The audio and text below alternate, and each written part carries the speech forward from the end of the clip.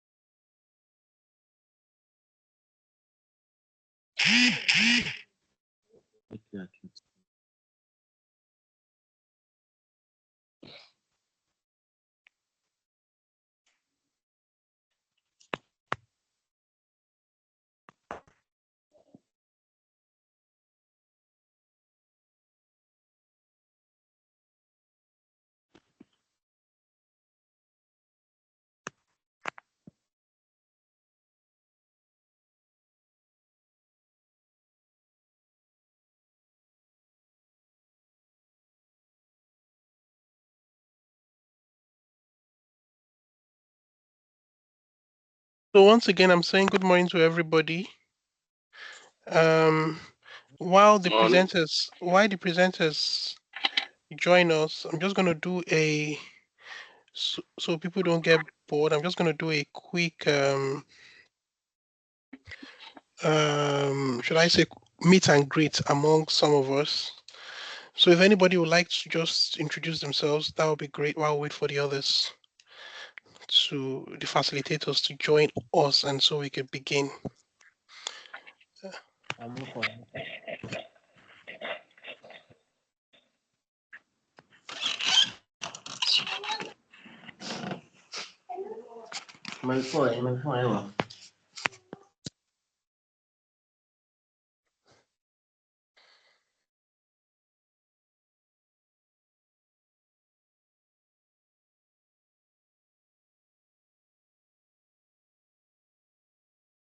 I could call names randomly though.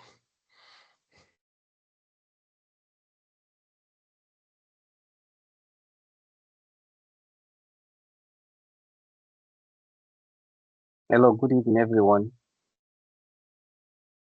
Good evening. Good morning. Yeah, okay, good evening over here. So my name is Remy. I'm one of the facilitators. Good morning, Remy. I welcome, yeah, I welcome everyone to this platform, and I believe and hope we're going to have a wonderful discussion. So before we actually get started, for the people that are here already, just feel free to ask any questions when we get to the question and answer section.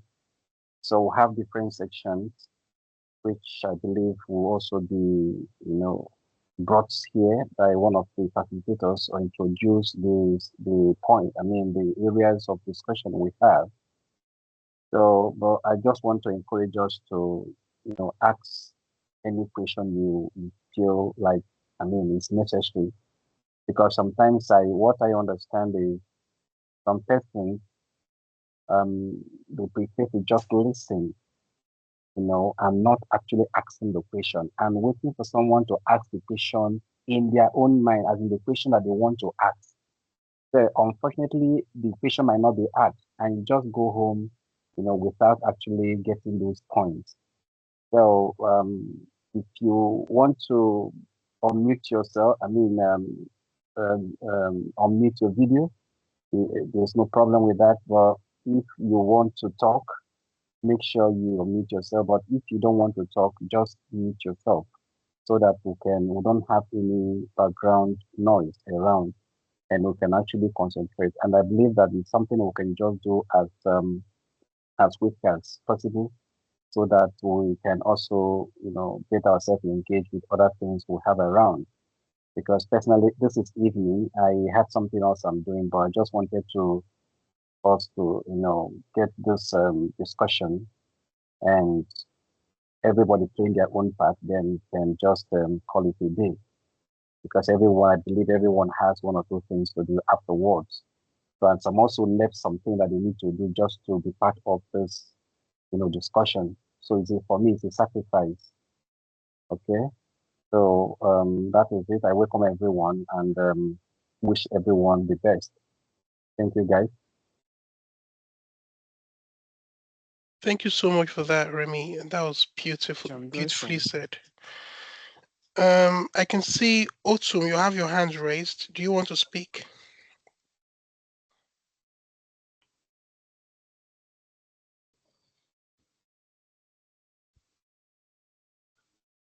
Good morning.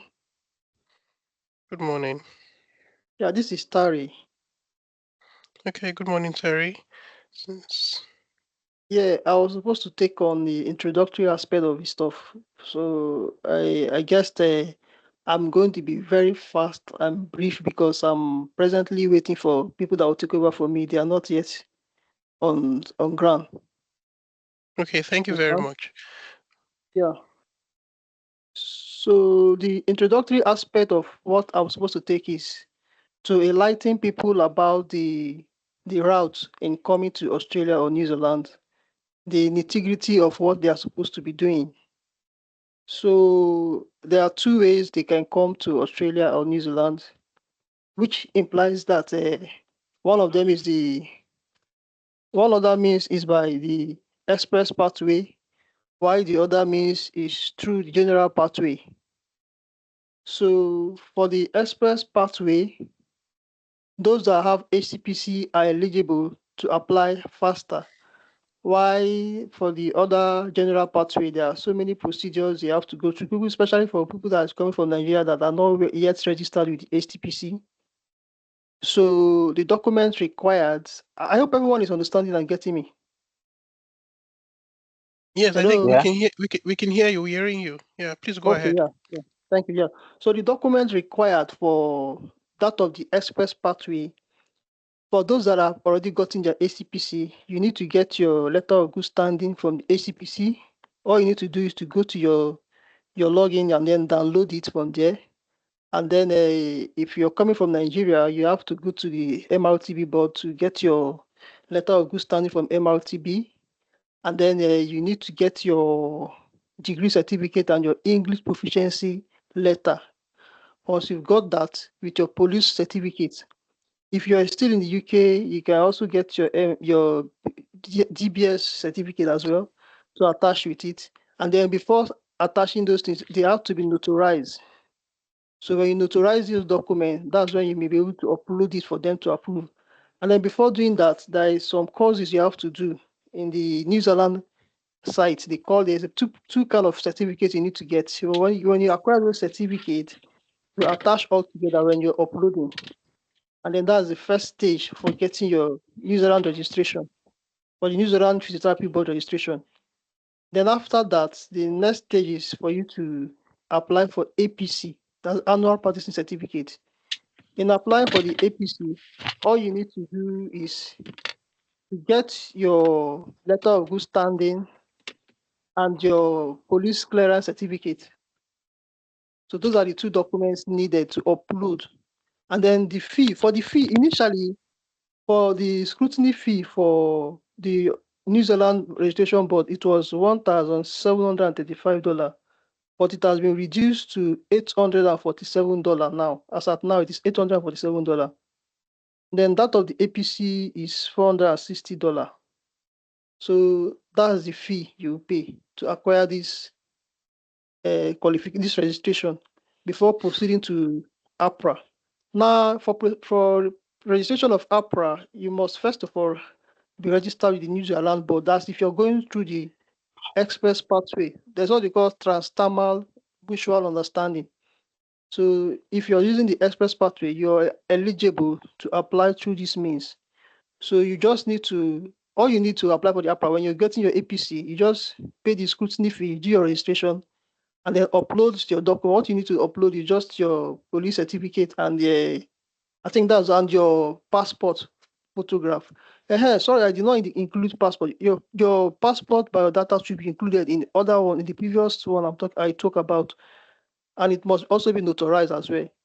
So that's all you need to do, and that is it. When you do those things, then for the APRA, you pay the sum of 200 or something dollar.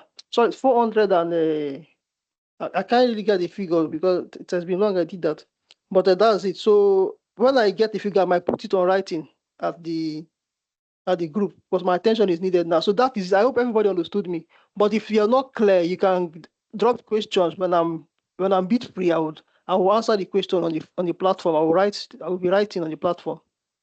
Thank you very much. Thank you so much, Terry. That was very beautiful, very straight to the point and concise, basically. Just to add a few to what he said, because it's very busy. I'm just going to add that he did mention its figures in dollars. The dollars in question here is New Zealand dollars and not the US dollars. So if you're having heart palpitations, calm down. It's in is in New Zealand dollars rather, and not in US dollars. Do we have any of the moderators available to take on the next topic on the list?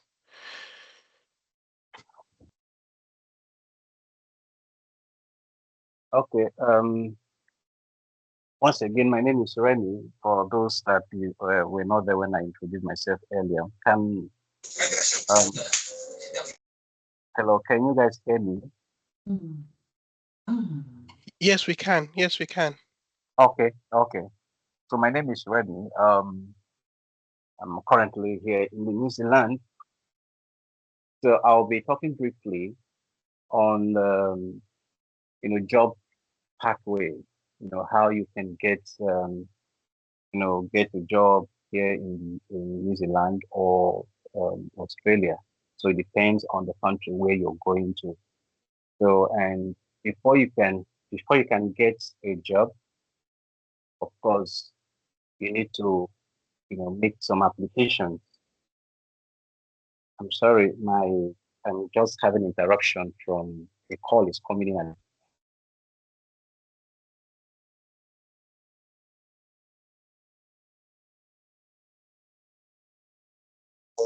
See,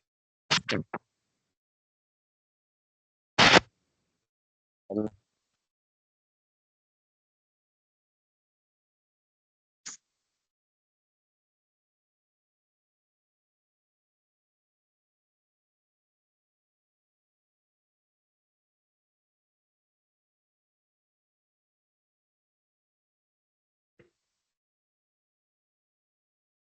Hello, guys. Yeah, we can hear you now. Go ahead, please. Yeah, can you guys hear me? I'm sorry, I call came in and disrupted the Yes, meeting. that's fine. Please carry on.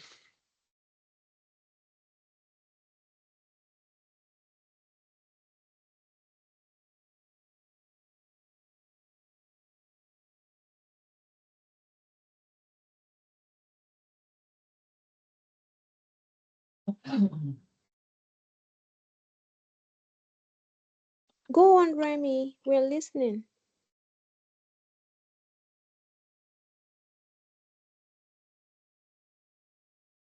I think maybe his network is if something is wrong. Just gonna give him a couple of maybe a minute or so, and if he doesn't, somebody else would talk regarding about their own topic while we So wait for him to join us. can you guys hear me now? Okay, yeah, he's back. Yeah, we can Yeah, hear you. we can hear you. Yeah, yeah, so sorry, a call came in and disrupted the meeting. So, like I was saying, there are different options and also different um, application methods that one can use. I've always advised people before you put up any application, look at your CV. Very, very important because New Zealand or Australia, though I'm not in Australia. So, but before you could make that application, from my experience, there are so many, when people want to apply, some persons try to use another person's CV to make application because the first thing that they're going to ask you is to send your CV to them.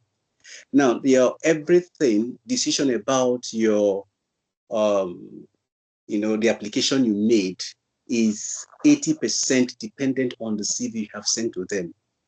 So let me use the word. If your CV does not carry weight, they might not invite you for the interview. That's certain.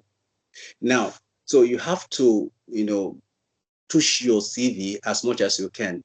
So if you don't really have a very strong CV or you don't know how to do that, you can, I think there are different formats one can use. You can browse them as well. So there are different CV formats one can use. So, but then there's a general one. So whichever one you use, just make sure that your CV is something that can actually sell you. You want to sell yourself to these people, okay? Because if you make any application, hello, are we together? Can you hear me? Yeah, we can hear you. Please carry on. Good. Good. So if you have any application you're making, just know that you might not be the only just know that you might not be the only one applying for that role if the job is advertised. So the way you package your CV actually sells you, gives you that edge for being invited for interview. Now, after you have done that, the next thing you have to do is start applying. Once you get your CV, start applying. I mean, there are different job sites that you can use. You can download them. They have their apps. One of them is Seek. Another one is Indeed. Then LinkedIn. This is not. I mean, we are familiar with all these job sites. Okay. So, and there are other ones as well, but this is the major one that we all know about. So just try and create an account with, all these job sites. Create an account, then start applying as much as you can. If even when you apply and you've not received any response, don't give up. Just keep applying. I remember when I was planning to go to the UK. before I got to the UK, I know the number of applications I've sent through tracked, because that was tracked. Now, some persons have sent over 700 applications and just had 2 or 3 invitations for interview. So, and some persons also make application, send 2 or 3 applications and they got interview and got the job. So it depends on, individual, and again, in quote, luck. Maybe lucky. And so it all depends. So what I'm saying is create an account with all these job sites, then start applying. Don't give up. Don't give up at all. So as much as the more you apply, the more chances, you have. Now, that is one aspect. Then another aspect that I always advise people, because I remember when we started, one of our colleagues here, who told us about cold email. So that cold email have helped some persons. Someone might be asking, what is cold email? So that cold email is more like not really an official email. It's more like informal email that you send either to the HR or the recruitment manager of that particular organization. So you don't send your CV, but you just write an email then that you're interested in this and tell them about your experience, your skills and all that. So if you send that email to either the HR or to the recruitment manager on the site, so when you do that, maybe if you send that cold email to like 5 to 10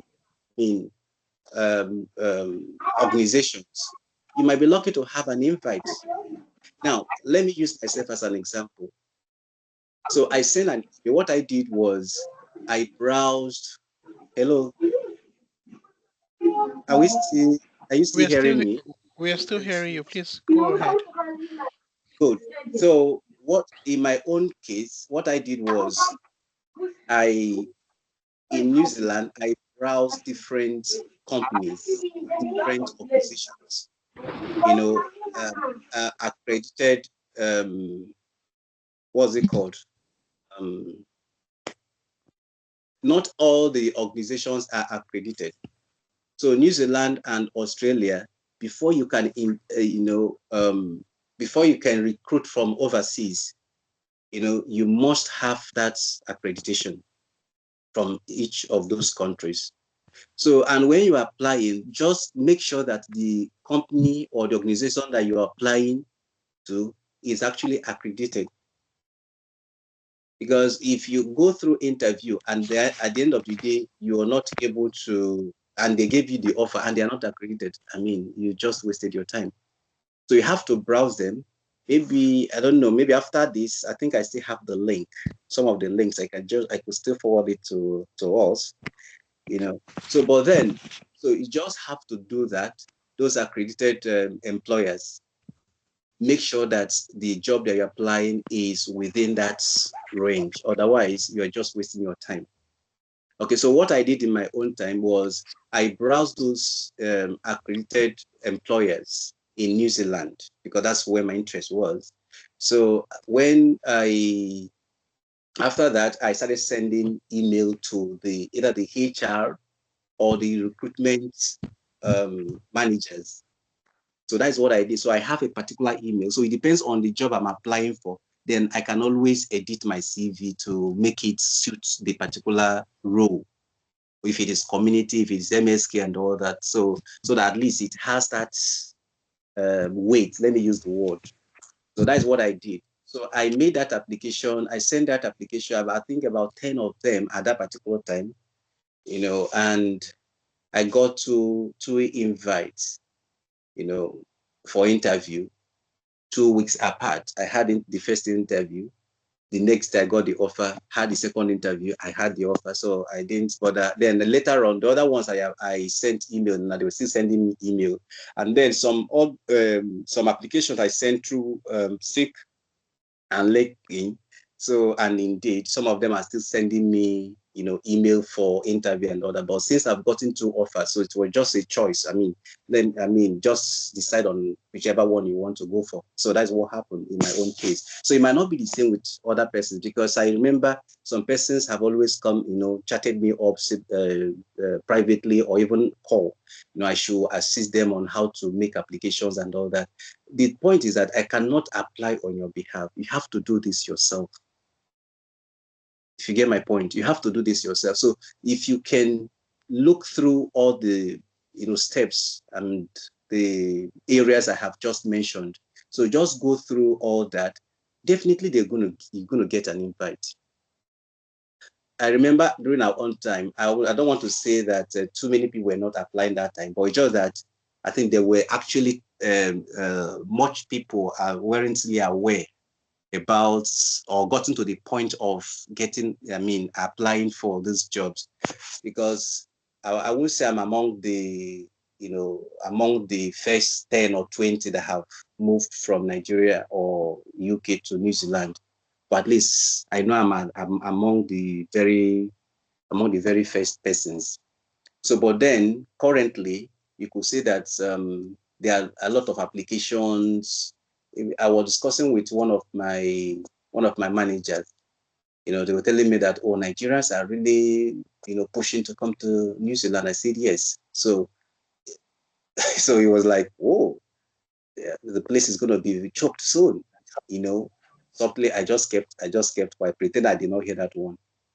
But then they are the ones still crying that that they don't have staff, and they are still one now trying to use that word. I don't know what he meant by that anyway. So, but what I'm trying to say is that determination, this is what you want to do, and just pursue it. Don't give up. Yeah, I remember some persons when they were applying to UK people, some person has sent over 1,000 applications and not even one invite. Or here is easier. You just send few applications through those channels I have mentioned, and you'll be lucky to be invited. And the good thing is that once you're invited for an interview, I always tell people you have 70% chance of getting that job. The persons that have gotten this job, through our discussions, I believe that each of them have always gotten this job. I have not seen anyone that did this interview and never got the job. I have never seen. Okay, but then it might not work for everybody. So guys, that is basically it for now. Let me give room for other facilitators to pick on those other points, and then we'll now come to question and answers, and whatever thing, like I said earlier before I started, feel free to ask any question. No, the one that you did not ask is the stupid one. No question is stupid, but when you keep it to yourself, that is the one that have the problem. So the more we ask these questions, the more information we'll get. Thank you, guys. Thank you very much, Remy, for that wonderful talk. Just like you said, any question you have, please try and ask, because there's no question that's stupid. If you are not able to ask the question, just type it in the chat and I will read it out. So, can our next facilitator please kindly start? Hello, everyone. I'm Esther, the golden voice. All right. So, I've been the one talking, sending a lot of chats on the group. And please, from the voice, you can see that I'm a lady. So I'm not, I'm just one lady like that somewhere. All right. So, yeah, I'm happy that many of us turned up to actually know the way to gain clarity on how to, get our next move to New Zealand or Australia. So I'll just be talking, continuing from where Remy stopped. He actually dwelt more on New Zealand, applying for jobs and moving to New Zealand. So I'll be talking about Australia. So I just have a few things to add. So based on my experience from employers and recruiters, It's good to actually apply via Indeed, Seek. Yeah, I know some of us don't know. There's jora.com.au. You can also apply through that link. There is healthlink dot I think healthlink.com.au. I would share all of those links on the group later on. Yeah, so those were the websites, websites that I used to apply, and it wasn't always you know very funny when you keep applying and then you're seeing that recruiters are viewing your job app, your CV, and they are not talking to you. So, but it's just for you not to give up, just like Remy said, don't give up.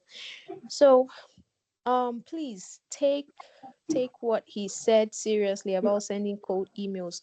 So one of the strategies that really helped me was that for every job, let me not say for every job because it's actually tasking, but for most jobs that I applied for via the websites that I mentioned, I always sent an email, a backup email, to the email addresses attached to those job adverts. So for example, if I see a job advert by, let me say,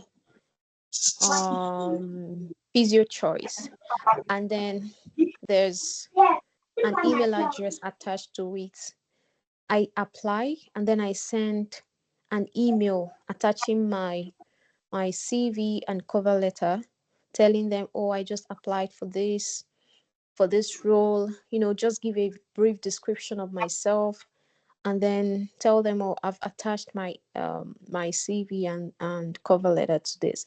So what that does for you is that it helps you to actually jump over the fence of this automated, I've forgotten the name, but that's software that recruiters use, and once you don't meet a particular requirement, no matter how good you are, it just takes you out. You are never seen by your employer. You are never invited. All right. So, but when you send this email privately to them, it's more like you selling yourself directly to the employer. And in most cases, they actually replied, and some of them gave me an opportunity to, have an interview, a clinical interview with them. All right. So that's very important. And like he mentioned, once you are invited, it's like a 70% chance that you'll get the job. Very important. So you need to get your CV top notch to get invitations. Very important. And your cover letter. Then yeah, then I would also want to talk about your CV. Just try to be real. Try to be real. Tell them the story of yourself, your cover letter as well. So don't try to form what you don't know or what you don't do. Even if you write about what you don't do, make sure you go and learn it. All right, because they are going to ask you about it. One thing with them is that anything you write there, as they are interviewing you, they are reading it and they are asking you. So whatever you can't defend that is on your CV, please take it out. But if you know you can defend it, write it and be ready to talk when they ask you. Then yeah, your LinkedIn is very important, because most times as they are interviewing you, they are checking you out on LinkedIn. They want to be sure that you're even a real human being. They want to be sure that you're a physio.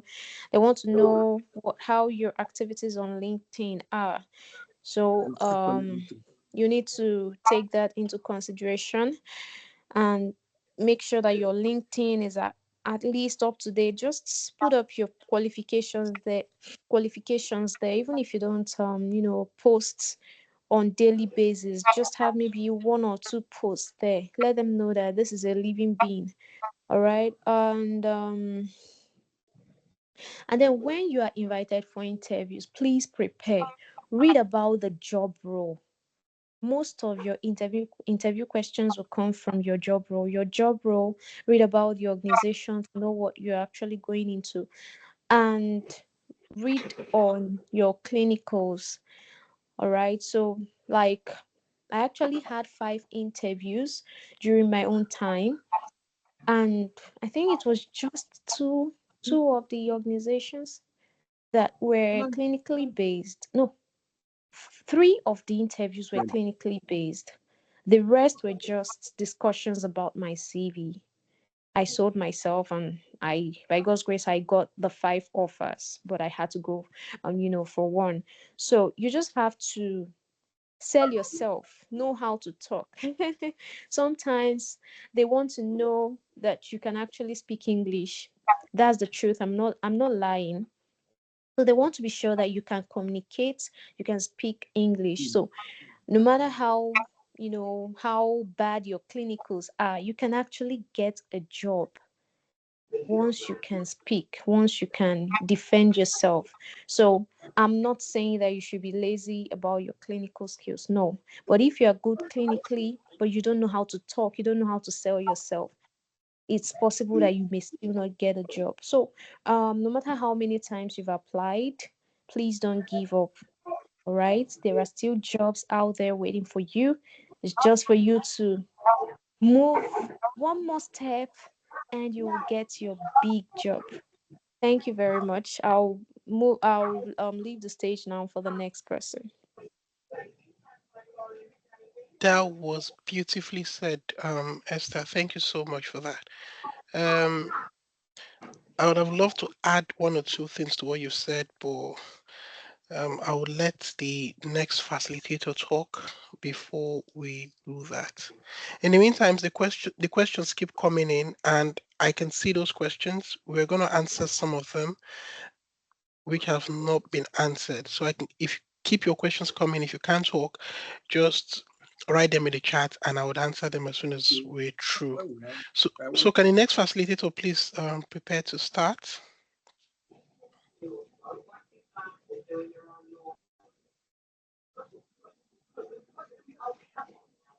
Yo.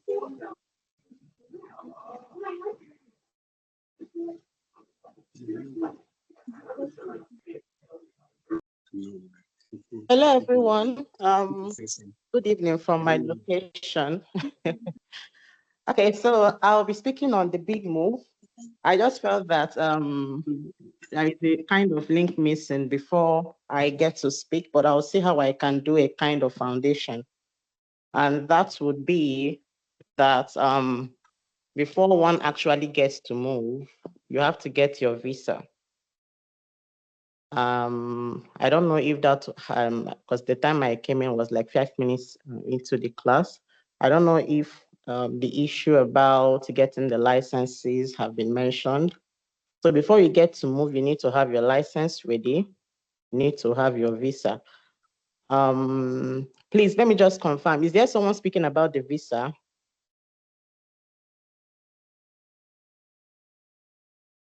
No, it's all part of the big move. Go ahead. Oh, I really concentrated in like moving when it comes to flights and all that. Okay, so the first thing you want to get is your visa, and I will be speaking as it concerns Australia. So for me, the experience I had is not a very common one, if I'm to use, in the sense that I hope I can be heard. Yes. Okay, thank you. So the experience I had is not a very usual one, in the sense that I didn't have to apply. I didn't have to look for a job. My employer sent me a message. I said I was interested. He told me how to go about the job, the license. I got the licenses, and I got the New Zealand, I got the Australia license. He nominated me for visa, and just that was that. So I didn't get to apply, but I know that one or two of us may also have that kind of experience. So irrespective of whether you had to apply or you are yet to apply, if you get the job, and you are to get your license, one thing you will need to know is that your employer, if he is the one nominating you, you can either have a 407 visa or 482 visa. That is for Australia. Like I said, I don't know about New Zealand. So for 407 is a trainee visa, still nominated by the employer. For 482 is a work temporary skills shortage visa. Then, as it concerns the visa, um, I just got to know recently by one or two people that have reached out to me that some people went for biometrics. Personally, I didn't go for biometrics. So I'm being careful to share what my own experience is. I know it will not be every other person's experience. So for me, the employer nominated me, after which I applied for my medicals. So I have a family, I have my husband, I have my baby. So we had to apply for medicals at IOM in Lagos. I think I was told there is another one in Abuja. So when I applied for the IOM, before the visa came out, I had done my medicals. And that is one thing I would also suggest and advise anybody that gets to that stage to do. Some other people actually applied for the visa, waited for the people handling the visa to tell them, okay, you have to now go for your medicals.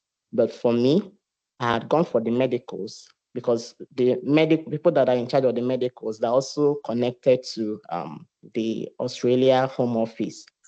So the results of the test of the medicals were already in the system before the people assessing my visa ever had to set their eyes on it. So what that does for you is that you don't have to be called to go and do some things. And because the moment there is a missing link in your visa application, that is where the problem starts.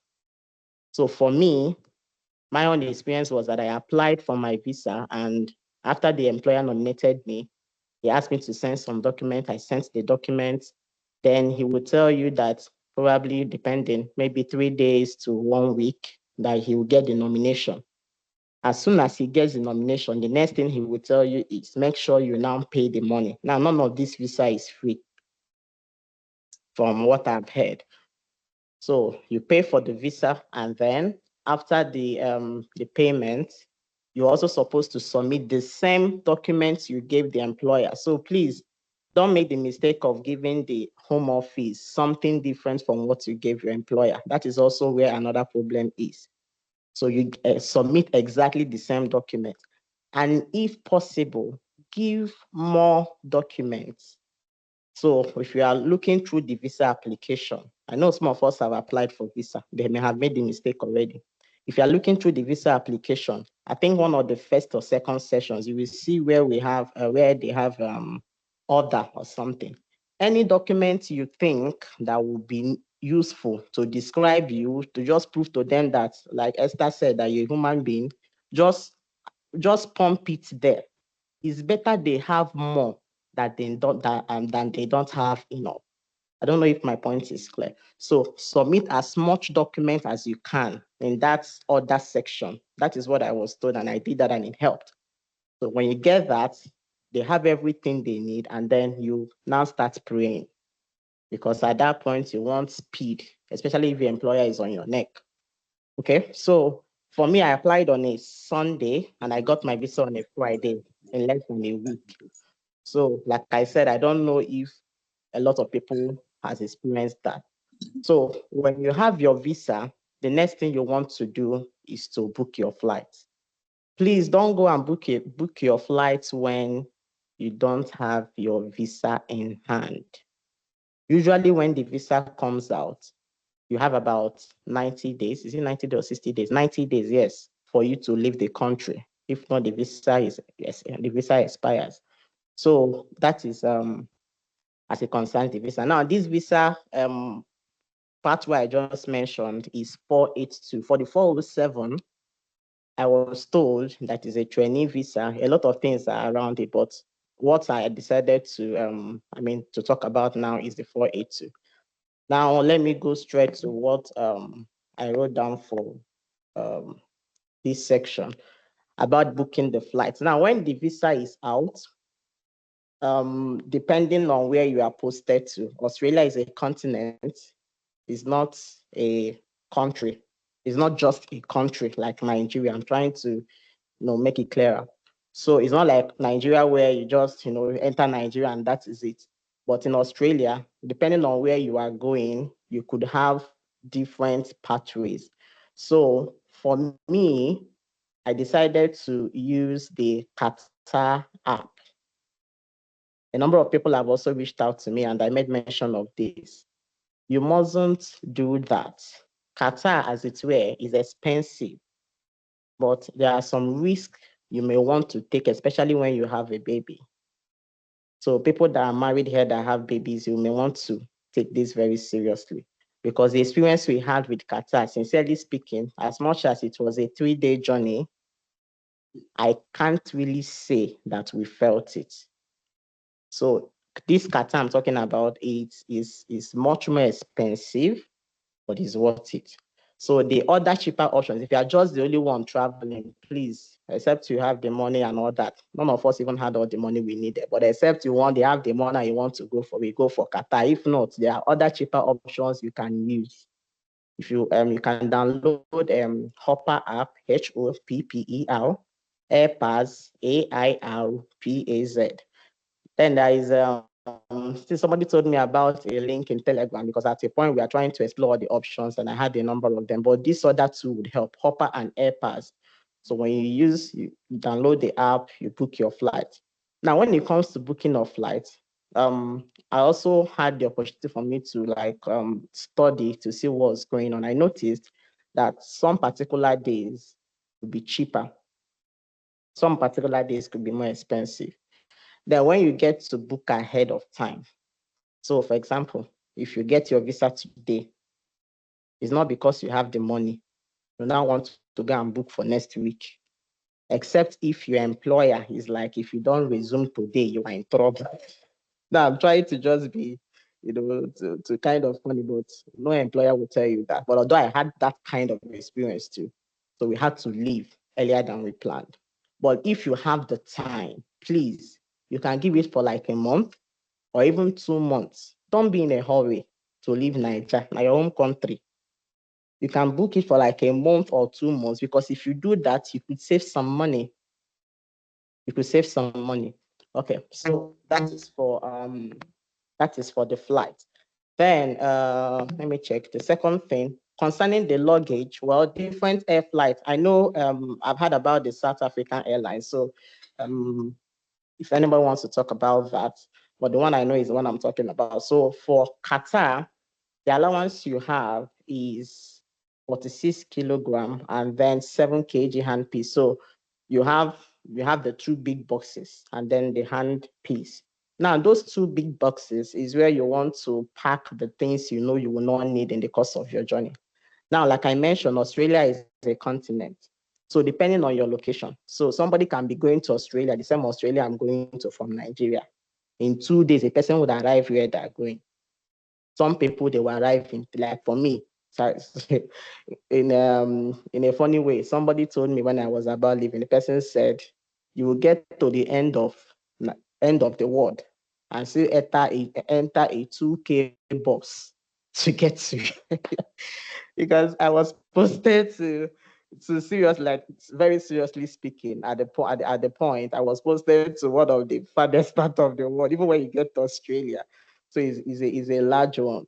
So depending on the airlines, you have the 46 kilos and the 7 kilogram handpiece. So the 46 kilogram would have the things you know you will not need in the course of that 3 days. Now, why I'm mentioning this is this, so that you are not like after first day, hey, there's something I'm looking for, because and then you can't access the bags. So that 223 kilogram bag that you're carrying, you will only get it in your final destination. Because you are going to have, there is no aircraft that will drive you or carry you from Nigeria down to Australia. You are going to have some stops. Okay. So just ensure that those two big bags have the things that you will not need in the course of the 3-day journey. Now, when it comes to the type of luggage, usually flights don't allow oil Although I've had people say that they risked it, what they did was that they froze like palm oil or well, not, I don't know, they froze palm oil, then put it inside socks, like put it inside containers, put it inside the freezer, it got frozen. They now put it inside, like wore socks on it, and then put it in their clothes bag. Well, that was what I heard. I didn't do it, so don't say I told you. But just in case you want to have ideas, that is what you can do. Because sincerely speaking, when you come here, depending on your location, there are some things you may never see. Talk of buying them, especially if you are the kind of person that can be very local when you're sourcing your things for your kitchen. So you want to know how you can make it work. Then when it comes to food, your food has to be industrially packaged. So they don't do Ziploc here. Australia is not like UK where you can just package Ziploc in. No, they want to see the company that produced the food. They want to see that it is meant for human beings.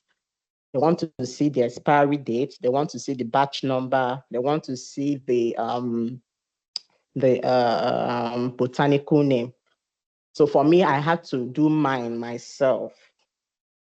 What somebody suggested to me, then somebody that was close to me that traveled to Australia before I did, she said that a lot of her things were seized. She was going for vacation or something, but then they seized some stuffs. And then she said, no Ziploc. I was like, wow, Ziploc. But what I did was I got a Ziploc bag, asked some questions, got some information, borrowed some information, okay? And then with consent, of course, printed my own, like I got the Ziploc, prepared the food and printed it. Like, I don't know if you guys understand what I'm trying to say. So it actually helped me. So, but it also happened that out of what I did, I made a mistake, which I wouldn't want any of us to make. Whatever it is you're trying to describe, if you want to do yours, I will say give us a better option. If you want to do yours, ensure that you're writing the English name. Not you have Obono, you can write Obono. I don't know if you guys understand. You have Egusi for the Igbos here, you can write Egusi. They want the English name. What I did was I wrote the normal name that I know and then wrote the botanical name. But what is important is that they want to see the English name. Okay? And then you get all the batch number and everything sorted out. The better option, which is what I would encourage us to do, is if you can get to any supermarket that sells food items, get there and just buy them. Don't go through the stress of because after I did what I did, they still, because what I just told her, they seized the Obono because it's not the name they know. They seized, I think they seized, like, okay, they seized my Opa, my bucket of Opa that I that I got. Look at you. It's not funny because if you know how expensive these things are, because you'll not find them here and there, you got it in large quantity. My food stuff bag was it wasn't funny, but it's fine. So they took my and when you have a baby, you want to see as local as you can go to get some of these things. So don't just waste your money. Okay, if you can get a supermarket, buy these things. Don't bother buying rice; it's not allowed. Don't get beans, as long as it's seed. Don't go for seed. They don't accept seed, whether it's ground or not ground. Some people may be very lucky. Some people may be very lucky to, like for me, they almost took the melon, the egusi, before one of them said, "Oh, I've seen that before, just leave it for them." The only thing they took was my opon and my okpa. So which is very painful. So but some people really they took almost everything they had. So another thing I need to mention there is that when you're on the flight, just before you enter the continent, you are going to be given a paper for you to do a declaration on what you have. Please don't lie. Please don't lie. Everything you have, down to the money that you are coming in with. Now, just because I mentioned that, when you are moving, obviously, you don't need the naira.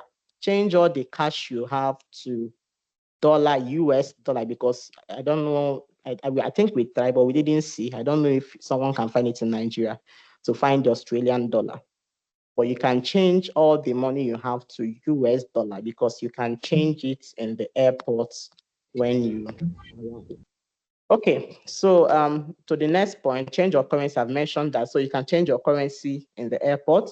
You can get your Australia phone number, like your SIM card, in the airport. So you can just do those things. So just in case you are the kind of person that would have to enter a flight, get to Qatar, from Qatar, you get to Perth, depending on the location you're going to. So when you get to that first point, when you enter Australia, whether it's Brisbane, whether it's Perth, when you get there, do all the things you need to do to change your money. You're going to find them there. Change your US dollar to Australian dollar, get your, your Australian SIM card. Okay. Now to That's the what I'm next saying. point. So, like, Oh, let's not is, give our can you maybe our man. is somebody Even okay? if they are, even if they are Okay. our So doctor, to the even next one, Please, oh, let before there you be order. move, oh, Lord. Okay. So to the next Sorry about point, that. Please carry on. it's fine. I know I'm trying to be very practical so that everyone will be carried along. Okay. So when you are moving as a physiotherapist in Australia, there are some beyond the license, you need to have some insurances. One of them that you must never joke with is your professional indemnity insurance. Now, it's not an insurance.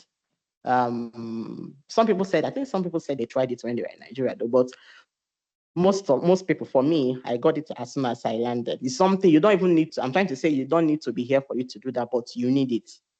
So it's not like in Nigeria, nobody really cares about that. So here is a 20 million professional indemnity insurance. So which if you don't have, for my own company, for where I'm working, you can't touch a patient.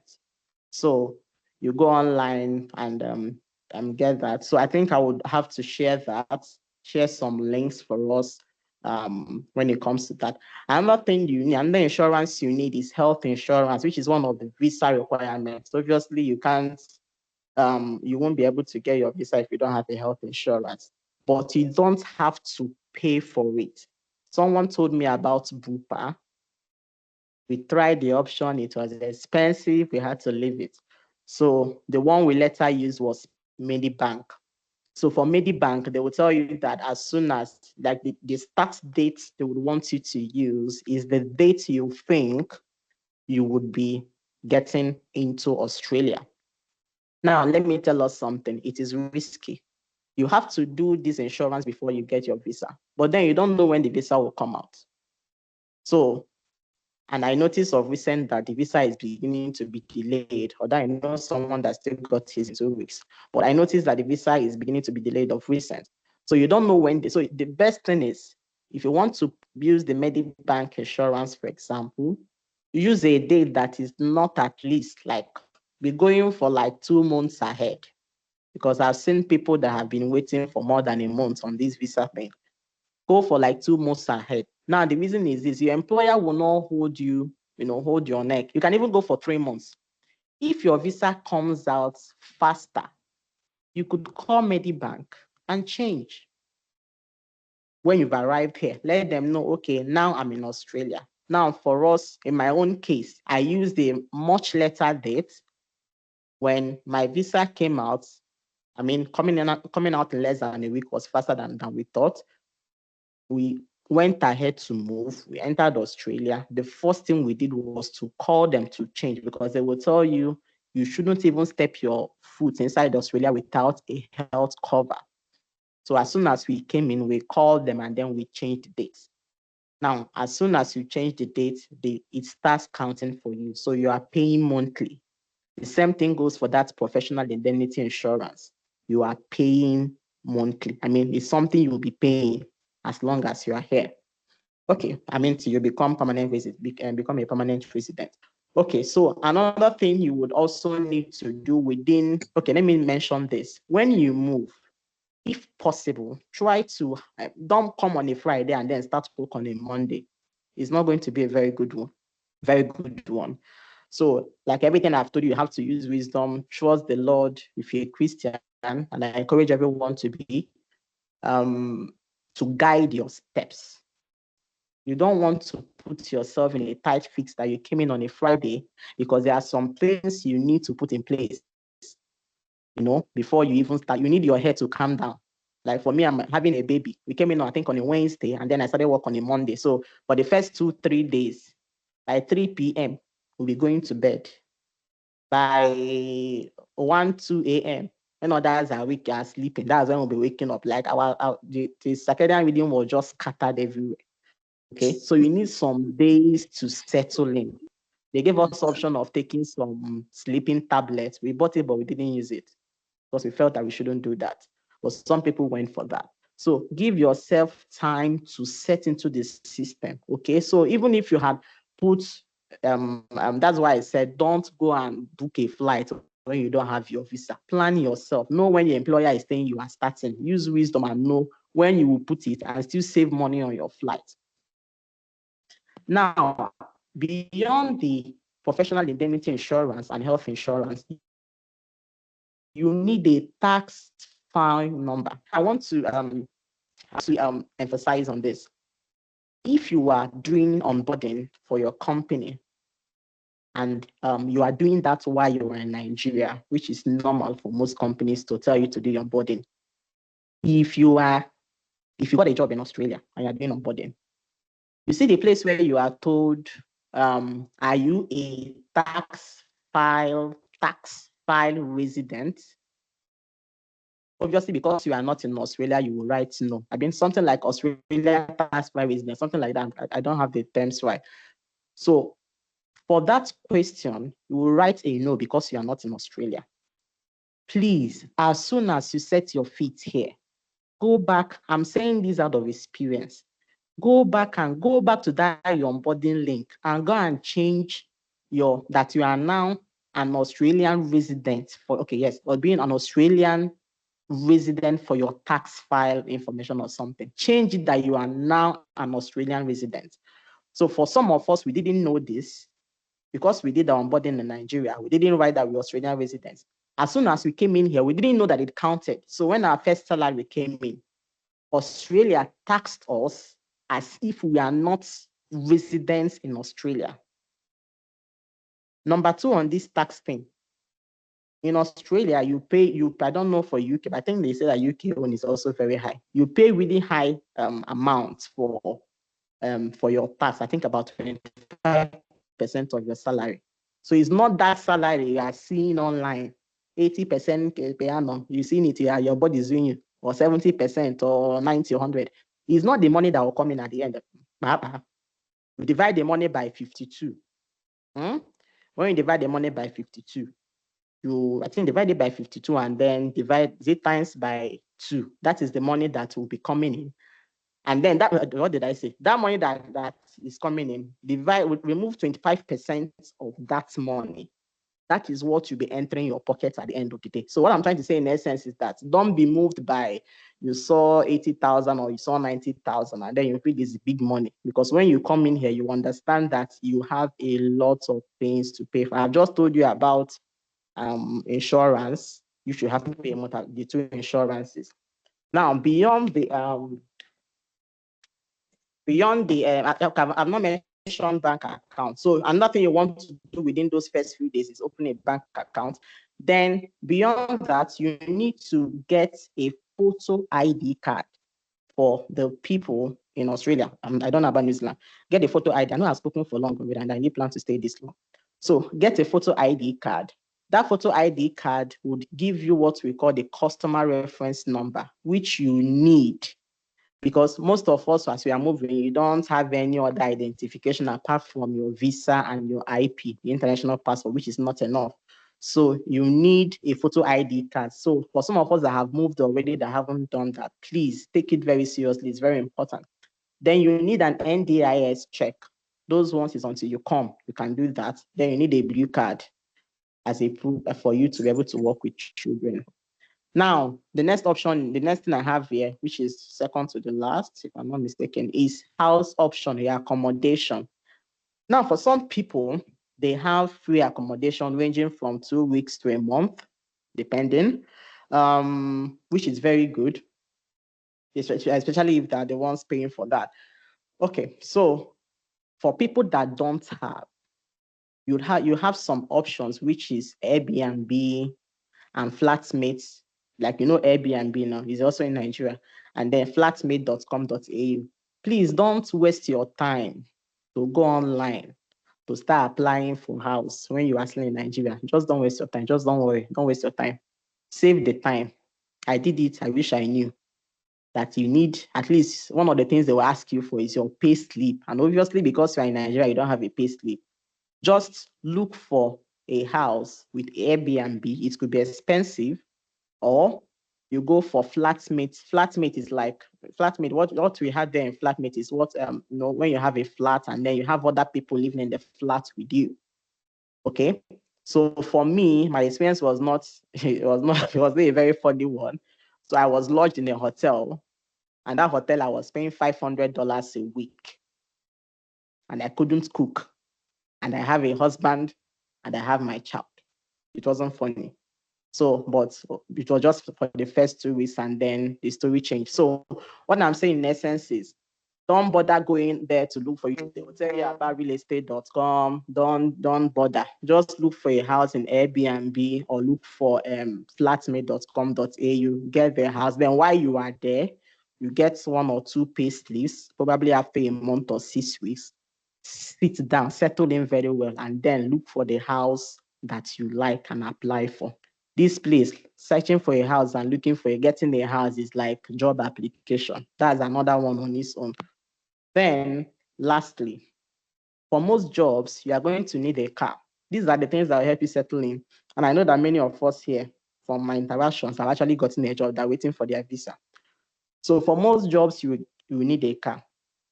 I know some of us, if not all of us, have told them that you can drive. Esther said something. She said, if you have something in your CV and you can't do it, please go and.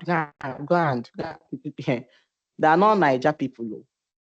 So if you don't know how to drive and you're writing you can drive because you think it's Nigeria, it will catch that in your road will catch you. So, and then another thing, I know somebody that shared an experience. He moved there like 5 years ago. So he said he had written that he can drive, obviously, which he could do. But then in Australia, it's right side driving. It's not left side driving. You know what his company did? They lodged him and his family, had a wife and a child at the time, in a hotel, dropped the car key for him, and told him, from there, drive to your location. He was the one that had to find the place on the map, drove himself for the first time, right-hand side driving. So if you don't even know the left-hand side driving, well, I wonder how, so it wasn't funny for him. I mean, they assume that right-hand driving is what everybody, even when you tell them, it's left side in my country, they're like, really? How is that possible, So they assume you know even the right-hand side driving. So this is to say that, yes, you can drive, but it's not the same thing here. The rules are different. This is not Nigeria where you can beat traffic and you go scot-free. There are cameras catching you. You have a baby, you need a car seat, because they are going to stay in the car seat till they are 6 to 7 years old. You can imagine. So a lot of things are involved. So this is just to say that one of the things you'll be needing, if it is part of your job role, especially for people that are working in aged care facility, you need to get a car. And most of them would probably have a company car. But if your company doesn't come for you, like they're not high on it, then you are really lucky.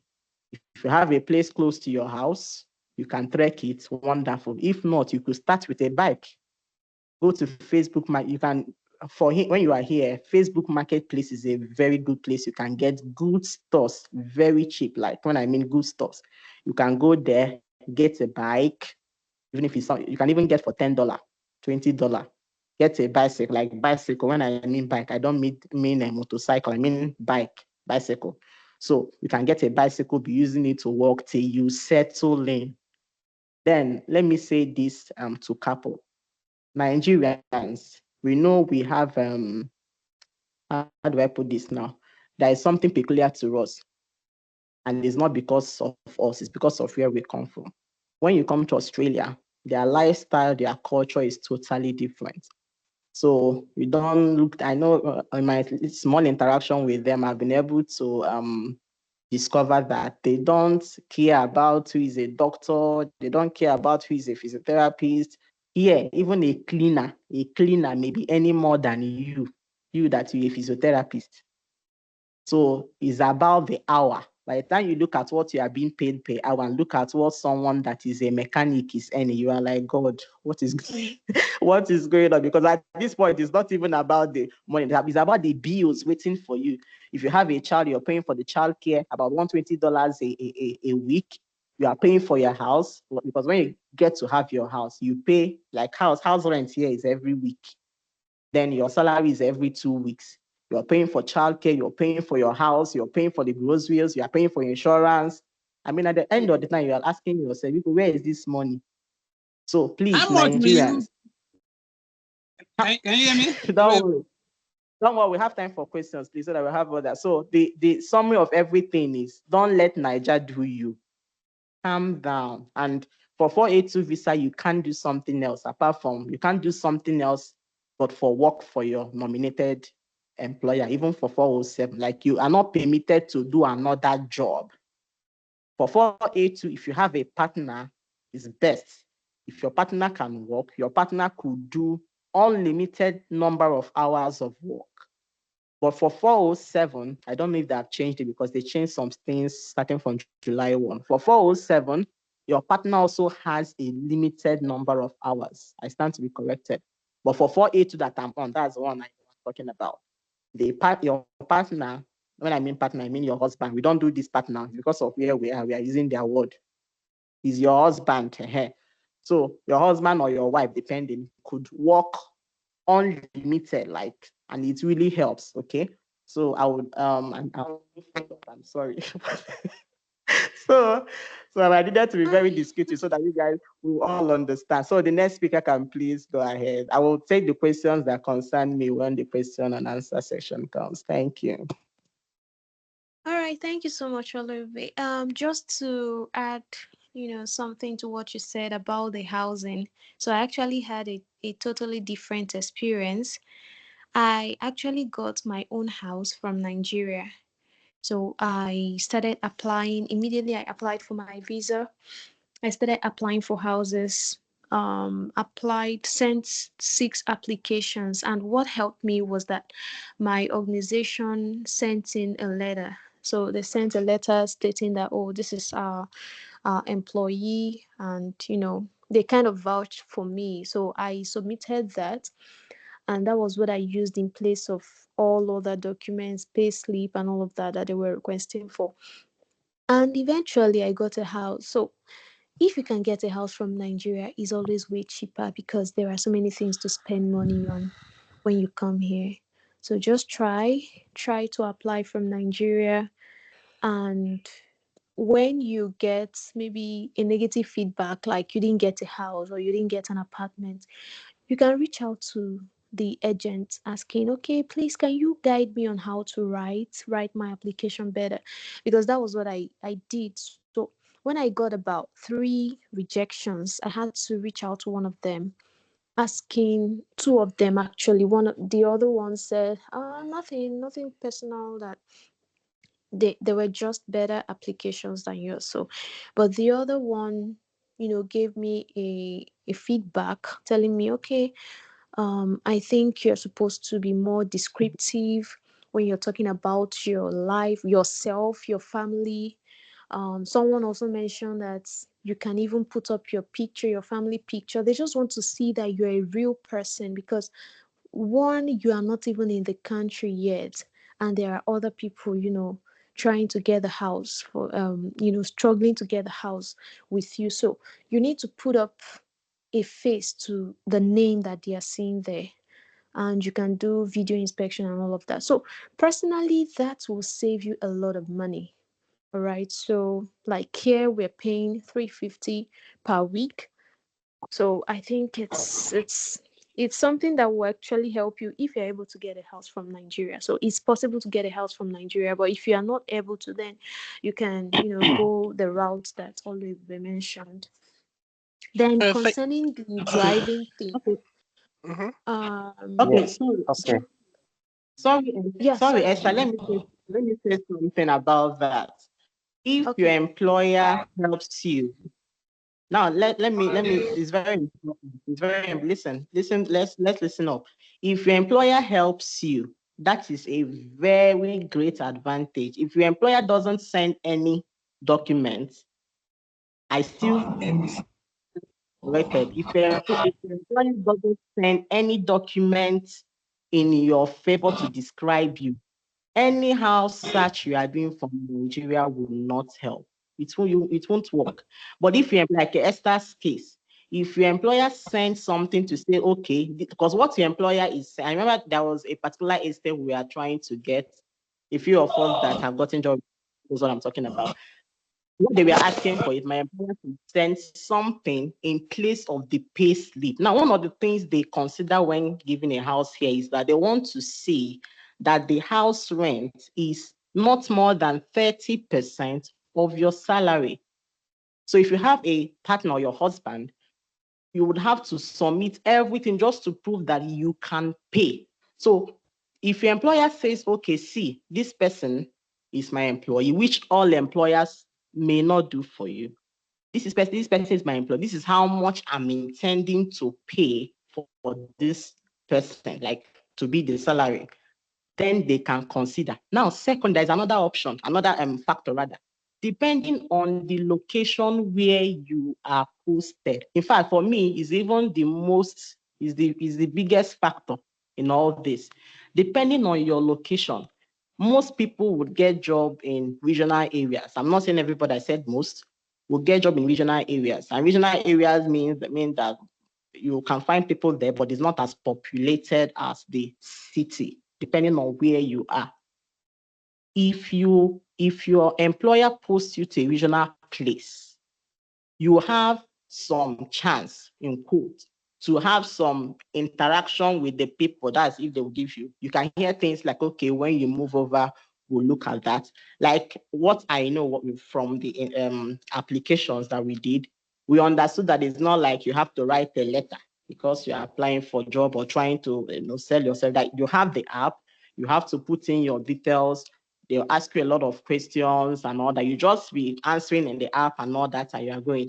But if possible, now let me tell us something. So, Australia, people think that Australia is one very high place or something. Some people still Please, battle with you. You sorry, must have if heard you of can animals or something. just make it I've had a a number of stories and all that. Some places in Australia have issues with some particular disaster in quotes. One of the very popular one is flood.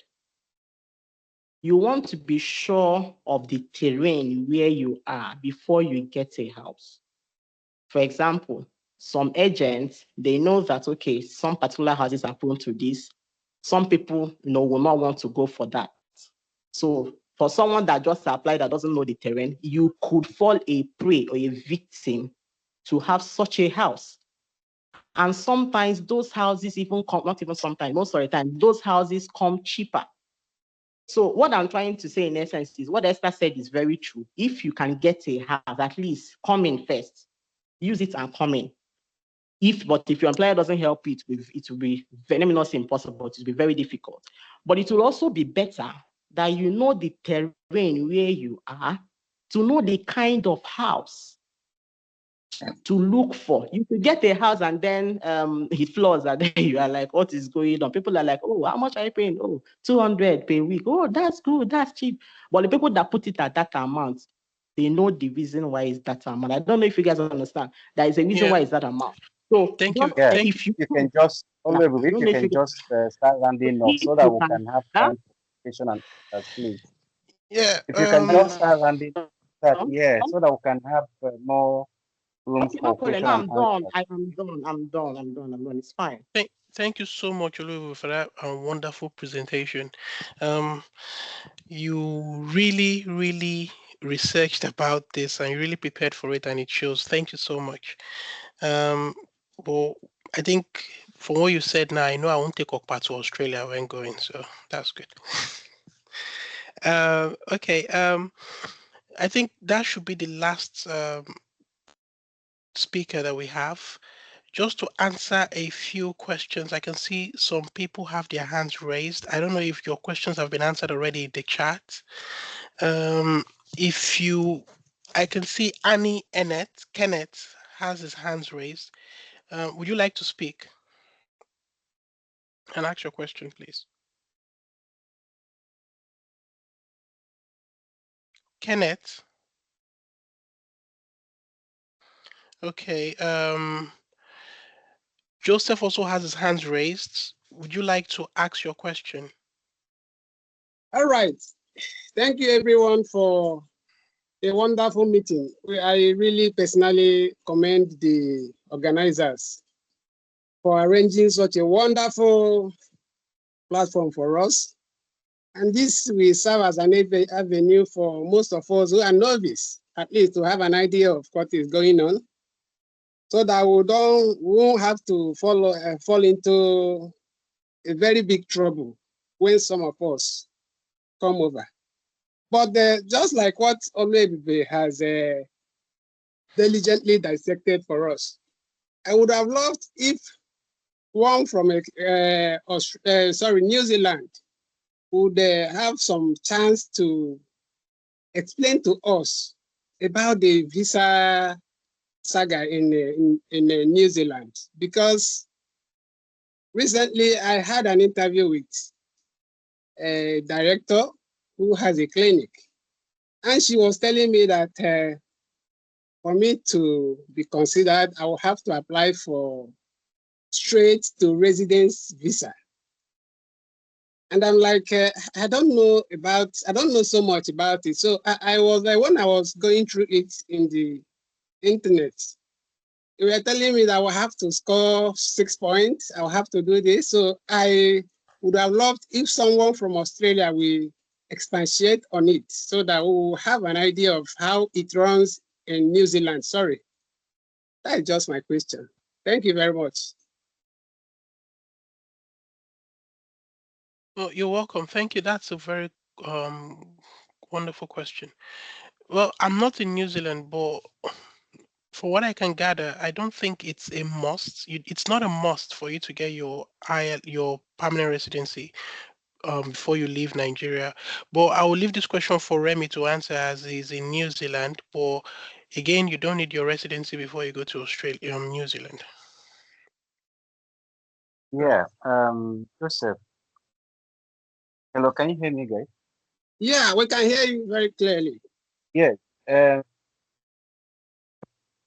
thing you have to find out from your employer, potential employer, is whether whether they are accredited employer.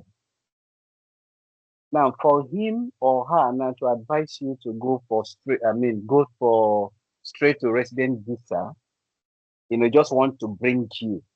So I want you to find out whether the organization is accredited by New Zealand government. Because if it is not, you might run into problem. That is one. Then two, most most jobs here, like any organization or employer that want to employ people from outside New Zealand, it's always through um, um, work accredited employer work visa. That is what you're going to get, and there are processes you have to follow. And one of those processes, once your job is confirmed, the next thing that the organization will now I don't know COS. what they call it, to the immigration, New Zealand immigration. So the immigration, the New Zealand immigration will now send you a link after verification of that job. So it Okay. is that link now that immigration is going to send to you is what you're going to use to apply for your visa. That is for New Zealand. I don't know how it works in North. I mean, some persons have talked about Australia visa pathway. So, but this is how it worked, and that is also the path I took during my own time. So I didn't go through straight to resident visa. I went through accredited employer work visa, which Okay. 95% of people that got a job from, you know, from Nigeria or outside New Zealand, through that path. So I'm not saying that straight to resident visa is not legit or something, but I just verify that the organization is accredited by the government of New Zealand. Did that All right. answer your Thank you very much. question? Yes, very, very clearly. Thank you. All right. All right. So any other question? So I can see some hands raised up as well. Yes, I'm just going to look. Okay, Kenneth, are you ready now? yes, I am. Thank you. Good morning, everyone, and good evening, good afternoon to all of us, wherever we are listening from. So the question I wanted to ask is, with respect to PR for both countries, for those of you who are already there, can you give us an idea how many years it takes for someone who is on work visa to get PR? And then if you have an idea, what's their age limit for their PR? These are just the basic two questions that I have. Thank you. Thank you, Kenneth. That was a very good question. I think this PR question, eh? Okay, just to try and assist some of the moderators for New Zealand, physiotherapists are under the green list, so you could apply for your PR even from Nigeria straight away if you're eligible. But for that of Australia, it's a bit tricky. But again, I'll still leave the floor for someone in this time in Australia. Esther, can you please answer this question regarding Australia PR?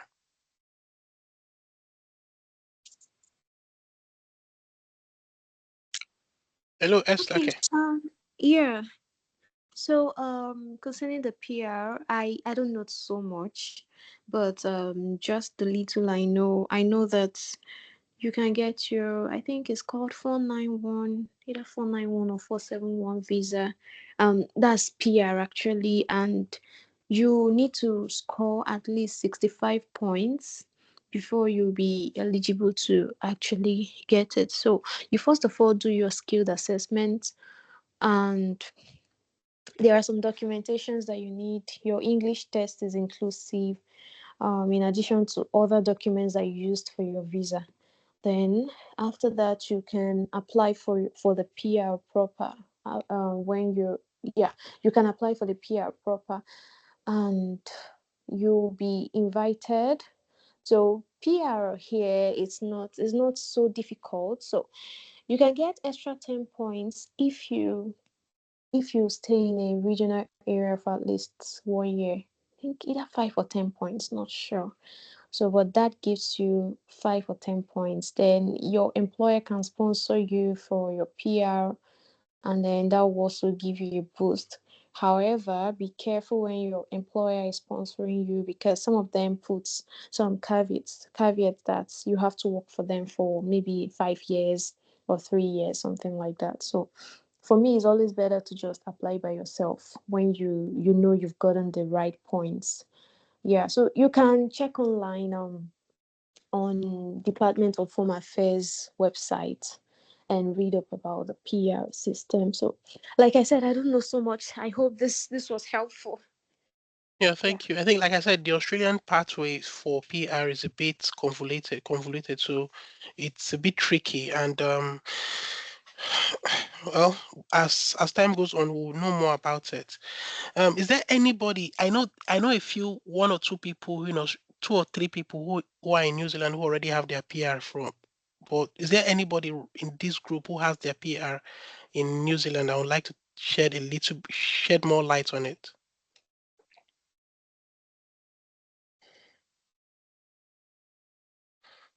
Okay, I'll just assume there's no one in this group who has that. And okay, I okay.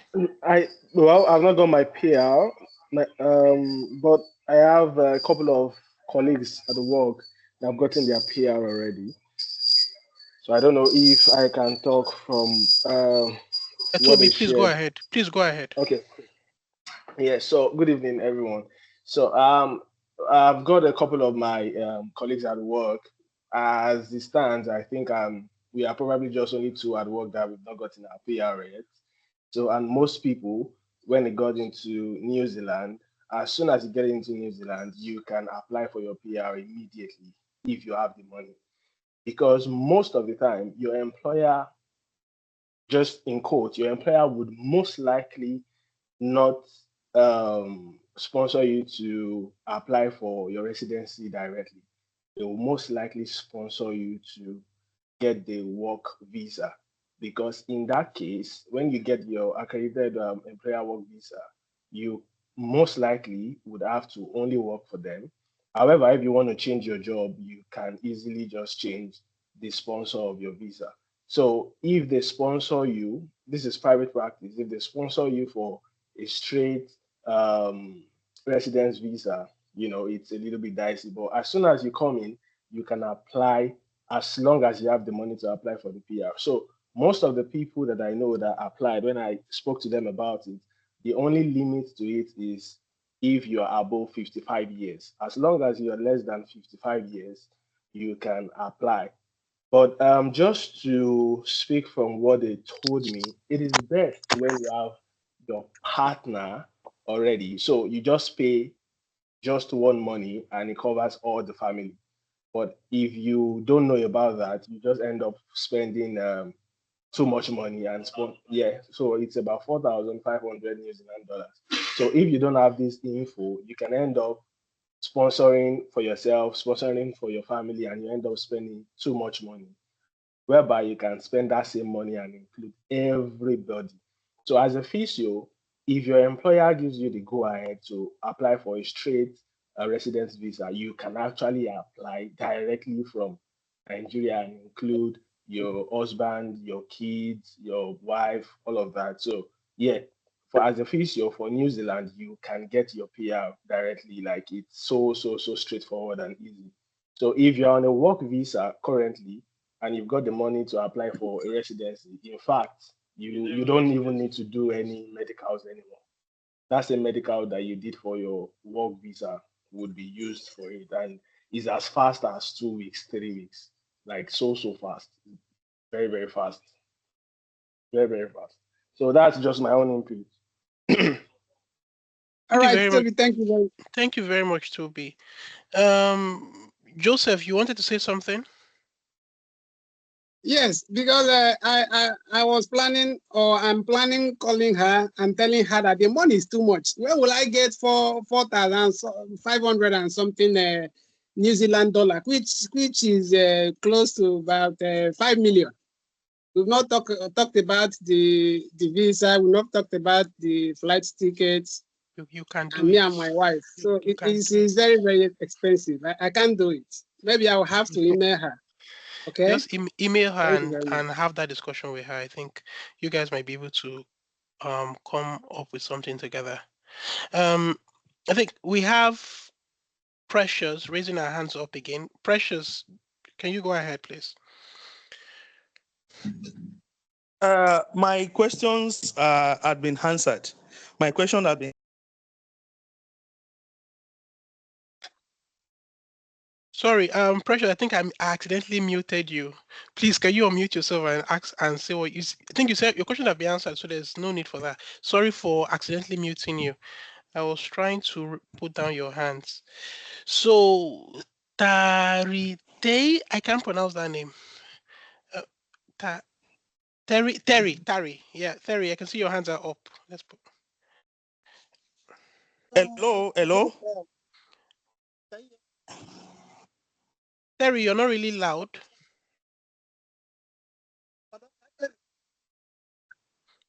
No, you're not loud. We can't hear you very well. Can you? It's really. Can anybody hear Terry? No. It's very your voice is very faint. Yeah, we can hear you gradually. Can you talk? Okay. Yeah. I'm on now. I was one of the first introductory aspect of the program. Okay, Yeah. yeah. I have a few questions that I'm not so clear about. First of all, the means of getting a job in Australia is not yet clear to me. That's one. Secondly, also in New Zealand, I have seen, so it seems as if there are more of recruitment agencies in New Zealand. I've gotten about 3 or 4 of them. They will interview you, they will tell you what you want to do this, and then you not hear from them again. I don't know, I don't understand. And it seems as if it's very even difficult to get a job in New Zealand compared to Australia. Australia, you see many in sick, and then they will view your status and then no response like that. So I don't really understand. Is it that difficult? People are saying it sounds as if it's easier, but it seems to be as if it's difficult. So I don't really know. Is there any other link or code mail that I want to contact employees? And then I'm very much interested in New Zealand, but it seems like New Zealand is much more difficult. So I don't know if they can throw more light on the easiest or fastest way of getting a job and from an accredited employee. So that's one. Then secondly, for that to be visa route, for those of us, for all the speakers that have been speaking, they always emphasize from Nigeria. Has anyone getting experience from the UK that have traveled from the UK to either Australia or New Zealand? So how is the process? Is it the same procedure? How do you go about the medicals? Where? How? What channel? These are information we need to know. I don't know if you are understanding my point. Yeah, I think part of what you said, I think I understood some of what you said. With regards to getting jobs in New Zealand and Australia, I would not say that I wouldn't say one country is harder than the other. I think people have gotten both Australia and New Zealand at the same rates. Of course, Australia is a bigger country, bigger economy, and so should offer more job adverts. But if you are lucky to get your interview, I think you will definitely get your job. With regards to cold emails, I'm a fan of cold emails. I'm still a fan of cold emails because I got a job in Australia, in New Zealand, as far back as 2022, and it was still cold email I used in getting a job there. But that being said, if one employer is misbehaving, just try another employer. There are so many employers and New Zealand and Australia is open at this moment for a lot of applicants. So if just keep trying, keep sending your emails, keep go on Indeed, go on Seek. I think Esther talked about more places where more sites where you could apply for jobs from. Try those sites and just keep trying. I don't think there's any. I wouldn't say New Zealand is more difficult or anything. Just if you're lucky, you'll get your job. And with regards to somebody who has lived in the UK before and moved to Australia or New Zealand, I will leave that for Remy again if he's still online. So please answer that question.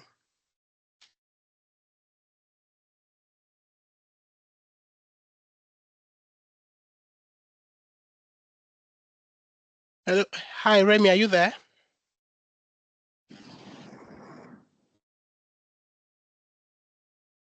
Or is there anybody in the group who has moved from UK to Australia or New Zealand?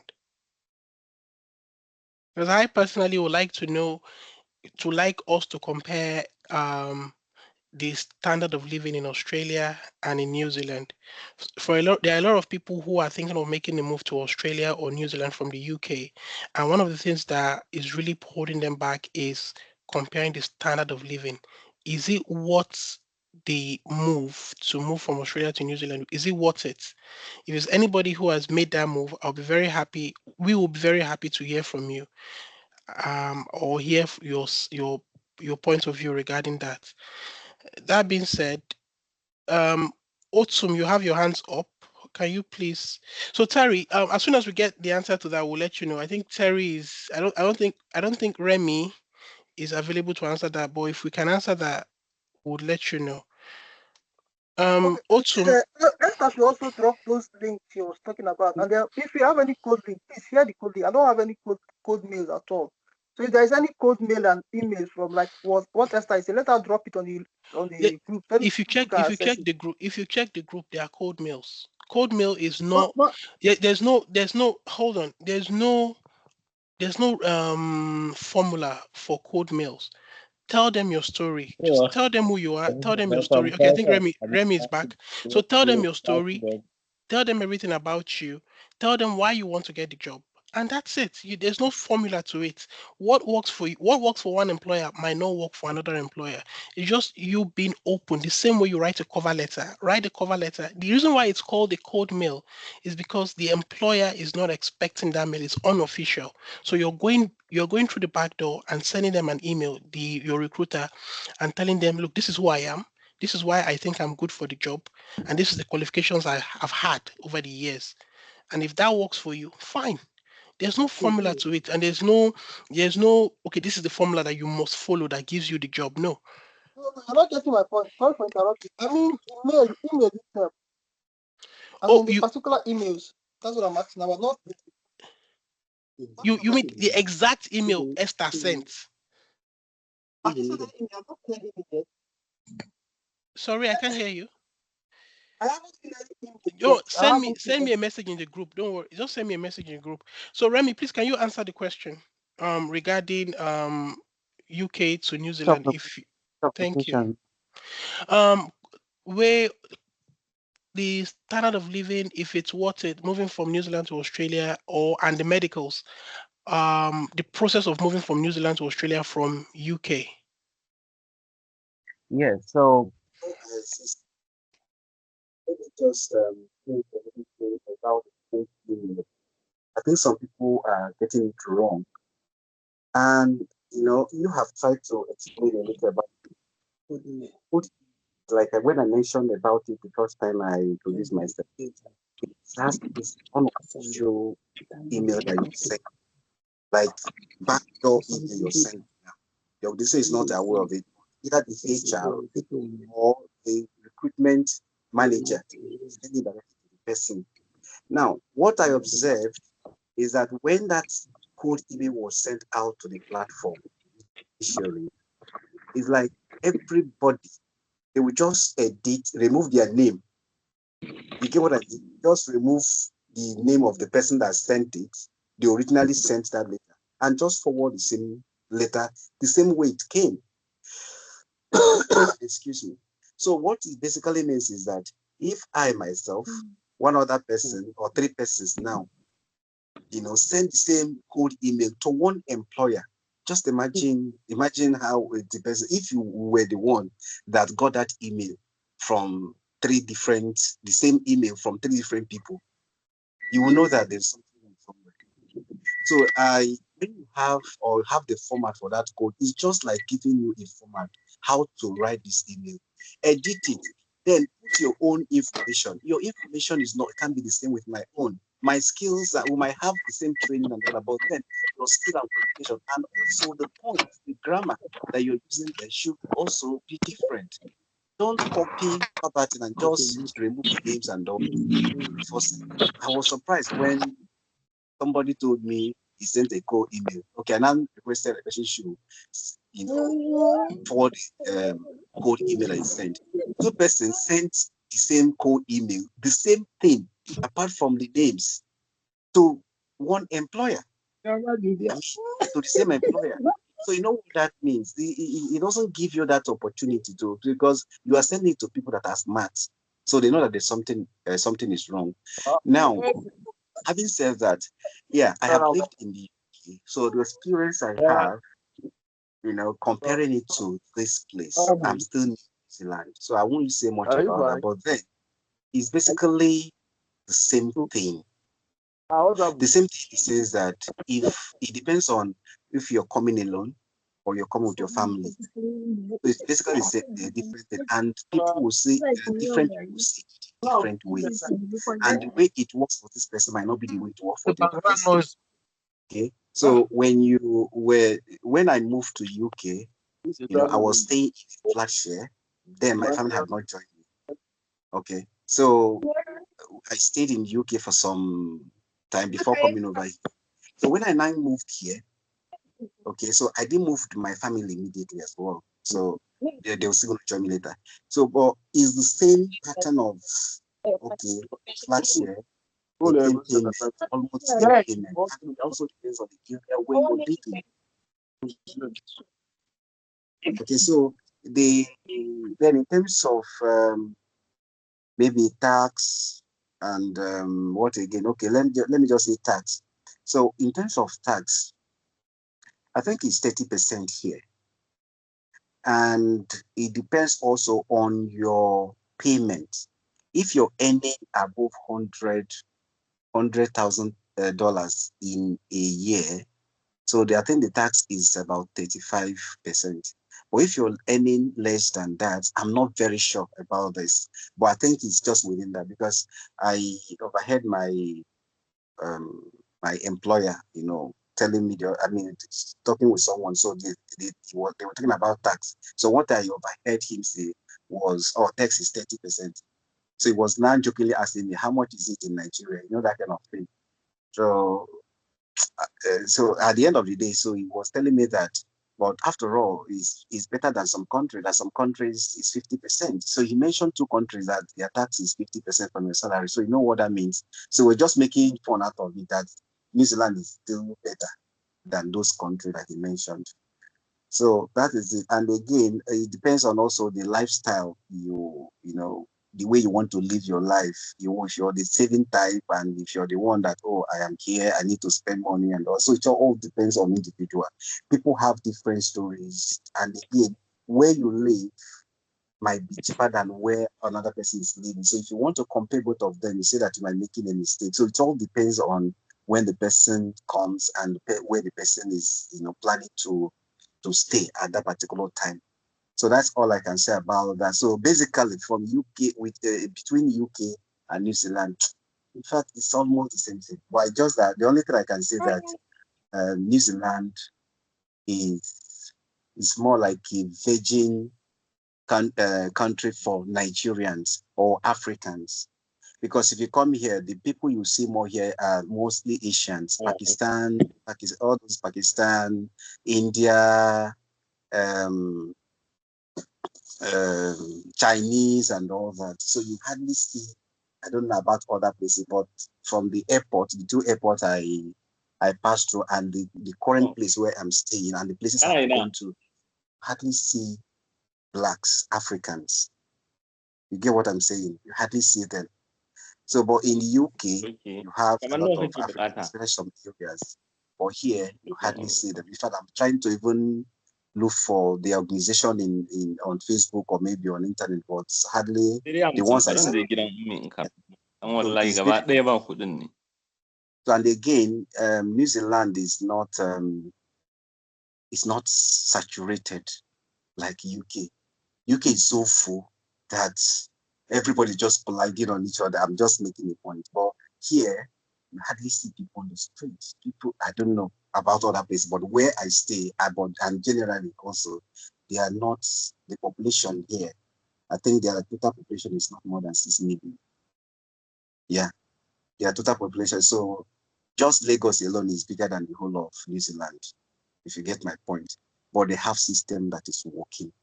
Nigeria does not have system that's working. I know we are more than 200 or something, but things are working here, and it's a beautiful country that have a lot of islands. It's a place that you will like when you come.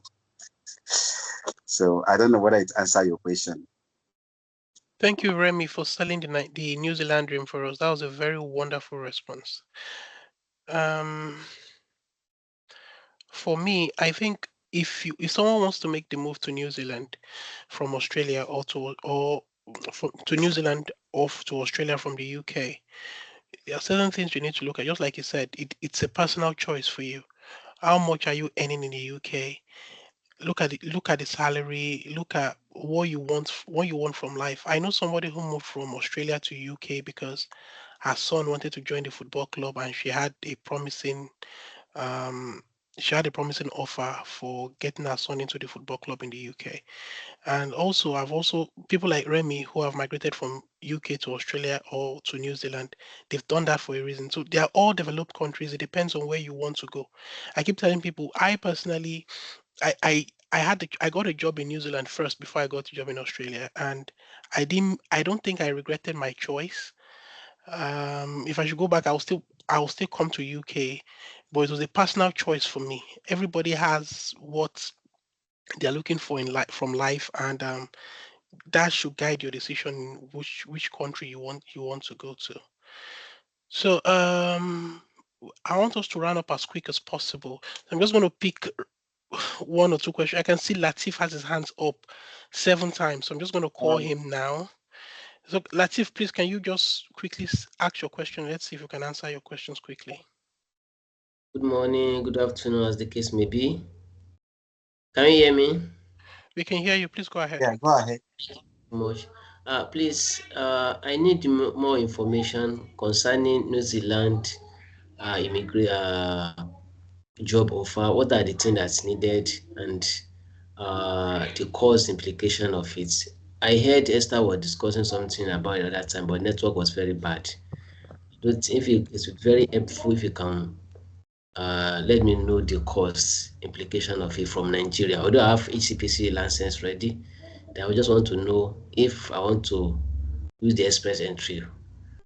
What could be This the this estimation? this question has been answered a million times. If you go through the group, you would see the breakdown of how much it costs to get your New Zealand license, how much it costs to get your AFRA, how much it costs to get your APC. If you get the sum, convert it to Naira, and that will give you how much it's gonna cost you. Then flights, visa, also that's is really subjective depending on the airline you're going through so I think all those questions are in the group. If you go through them, you definitely get the answers. Please, So, can I? please, can I just do something? Yeah, who Joseph, you're about to Yeah, you want to say something? Yeah, I just wanted to clarify him or to give him a hint. I Okay. think the last time I checked, for the express, since he already has the ACPC, it's something that we've been answering in the group. But let's just guide him anyway. I think the recent after their review, the fee was reduced to 847 New Zealand dollars plus the APC, which is not up to, let's just say 200 and should be 220 or something within that range. So everything will cost him about 1,047 New Zealand dollars, which if he converts it to Naira, I don't think it's up the to, APC is is it up to 5 million? Sorry, $445. is it up to APC is 1.7 million? Hello? Hello? The APC is $445. Okay, 445. So it's not 200 and something dollars. Ogabaju, can I get to say something? So who's that? Is that Ife? Yeah, that's fair. Okay, please say what you want to say. Okay, so for the person who was saying the other time that it's a bit difficult getting jobs in New Zealand, actually, to be honest, I think it's a bit difficult getting jobs in New Zealand now.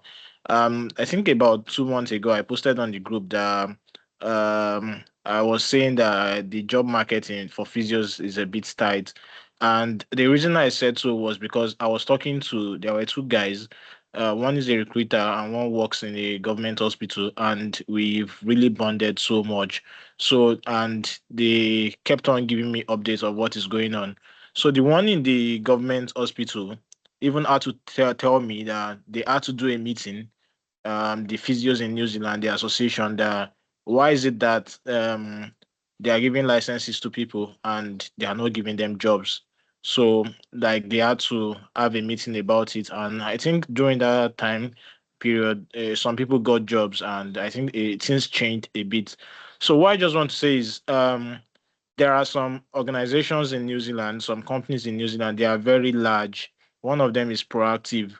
Proactive has over, I think, over almost 50 clinics in New Zealand. So it's a very big organization, and has several clinics. So if you are going to apply to Proactive, one of the things I did then was, one of those recruiters I was talking to, he told me some areas.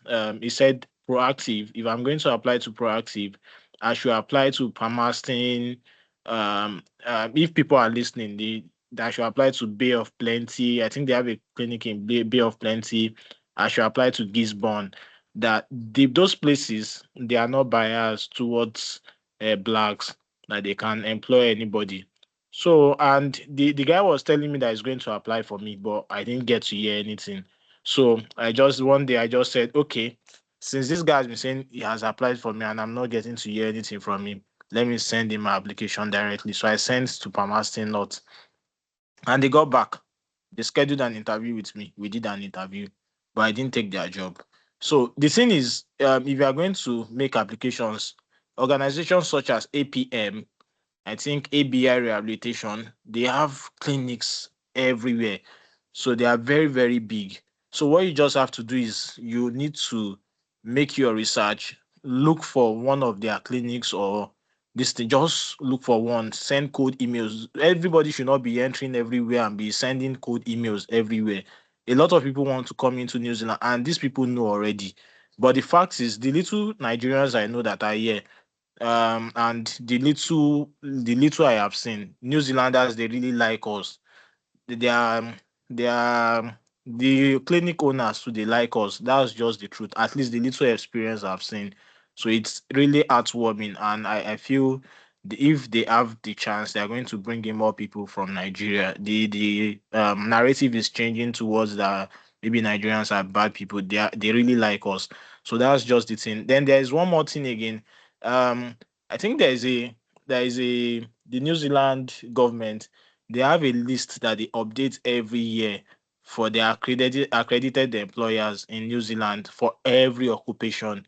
So I think people should just go online, go and look for the list. So just look for it. I think it's a PDF file. So once you download it, go through the list. You can see, in fact, there are care homes that employ physios, so you just need to search. And I think there are over 6,000 employers on that list. So those are the people that can bring you into the country, not those people you are sending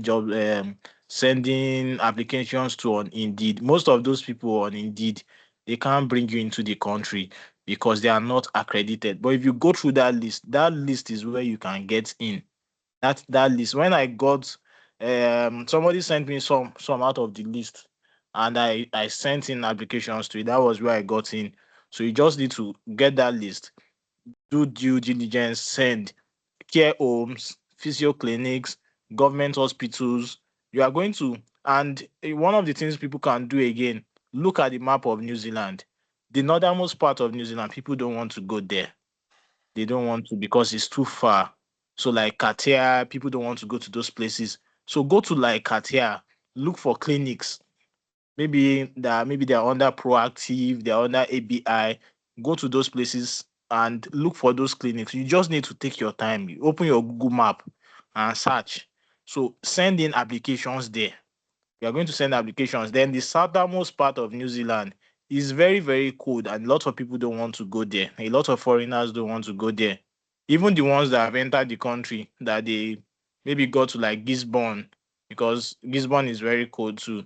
I've gone to Gisborne, gone to the southernmost part of New Zealand. Once they leave the job there, they come to the central part of New Zealand. So they leave. So you can go to the southernmost part of New Zealand that is extremely cold. So just look for clinics, open your Google map and look for clinics there, send them code email. So just I think people should, when people do that, I think a lot of people can be able to um get the opportunity to get job offers. So I think people should just do that, and it's going to help a bit.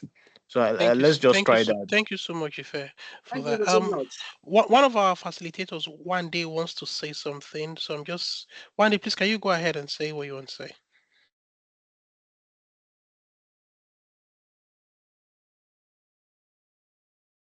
One day, are you there? Yes. Can you hear me? Yes, yes, can hear you. Please go ahead. Yeah, so basically I just wanted to like still talk about like the visa options for Australia, because basically for is either 482 or 407. But I would advise that like when an employer is offering a visa option, either 482 or 407, that you'd like do the proper diligence of actually knowing like the pros and cons of picking up that visa option. For like for example now the 407 visa is like a training visa, just as how it is training visa, and so the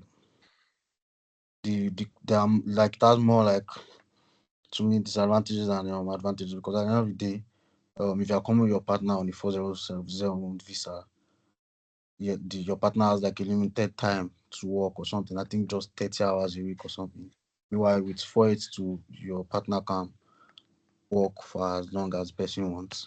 And at the end of the day, with 482, you sort of like have your more like rights to work in your hands on that, unlike in 407, because in 407, once your employer decides to say that, oh, like training has ended, it means that you have to like the leave the country as soon as possible.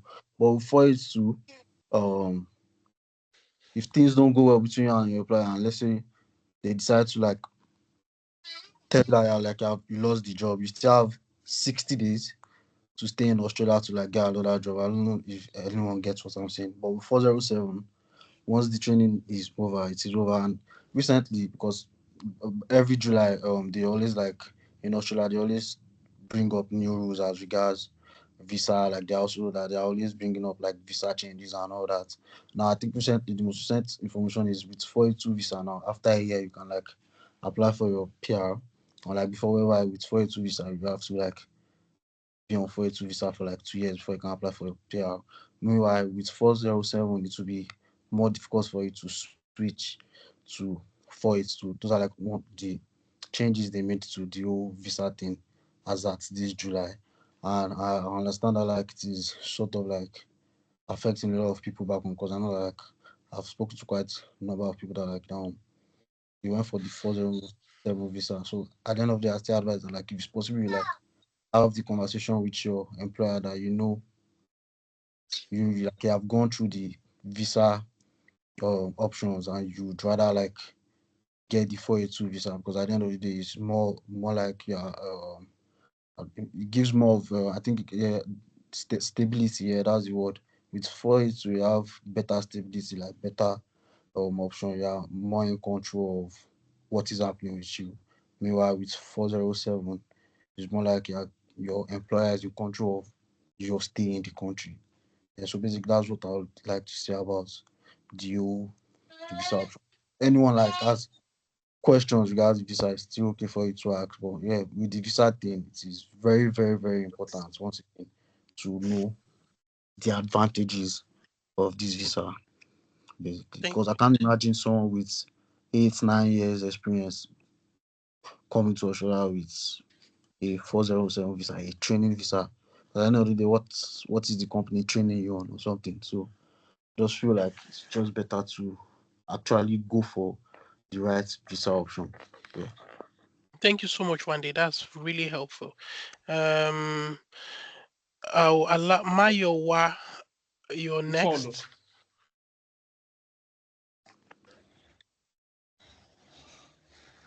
Hi, Mayowa, are you there?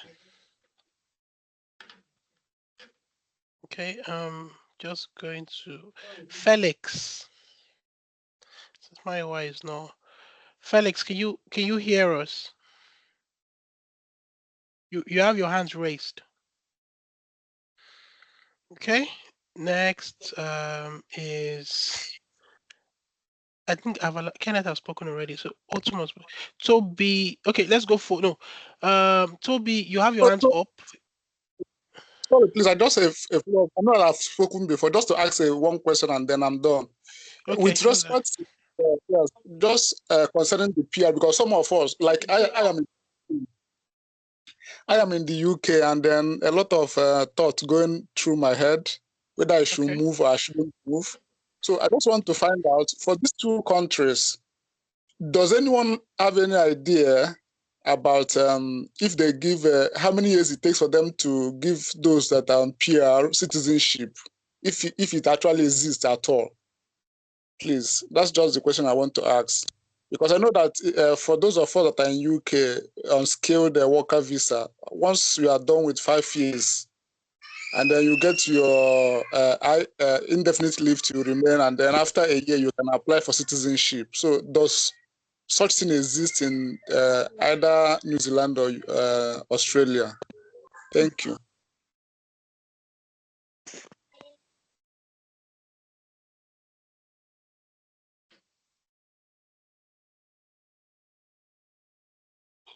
Who wants to answer that question? So for the citizenship, once you get your PR, you in New Zealand currently, it used to be 3 years, but now it's 5 years. You have to be on a PR for 5 years before you can apply for citizenship. These are still confirmed about 2 days ago. These are still confirmed about 2 days ago. Thank you. So Oh, yeah. So and thank you. just to slip this in concerning job, I think I think some people should also utilize LinkedIn. I think LinkedIn is underrated. See, you can connect with a lot of physios that are in maybe New Zealand or Australia. Honestly, this was what I did. I connected with a lot of physios in New Zealand, and what I did was I sent messages. Like once they connect with me, I can send them a message. So I sent them a message. I'm an internationally trained physio from Nigeria. Please, I'm looking for a place to apply for a job. Do you know any clinic, any place? Since the government job was not forthcoming, and that was how I got my own job. The person just told me so place. I applied there. In the next 2 3 hours, they called me for an interview. I did the interview, and that was it. So I think you try to use LinkedIn also. LinkedIn is a place where you can easily get your job on a low, no stress, easy. So I just wanted to add that. That was why I raised up. Thank you, Toby. So we have two more questions, and then we'll call it a day. If we keep answering questions, we won't stop today. Felix, are you ready to answer your question now? To ask your question rather. Okay, still not available. Oluwaseun Adewi. All right. Thank you. I really want to appreciate the organizer of the meeting and all the speakers. I commend your efforts for That's talking to Esther. us. Esther is the organizer. Right. So currently, I have gotten a job in Australia, and I quickly want to get some clarification concerning the visa application. I want to know that if you are a married person, for your visa application, I learned from someone that you have to submit the same document you, the main applicant, is submitting for your partner. So I want to confirm for those people that are already there if that is.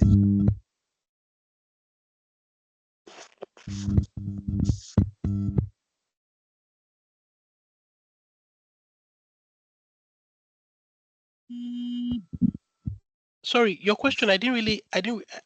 Did somebody get the question? I didn't get the question. What I'm trying to ask is that for visa application for Australia, you as the main applicant, you have some documents to submit for your visa. So I want to confirm that if you are married, will your partner also submit the same document you submitted for? You'll be submitting for your visa. Okay. Married Australian people. That question goes to you. And if possible, I would like to know the breakdown of those documents, if possible. Thank you.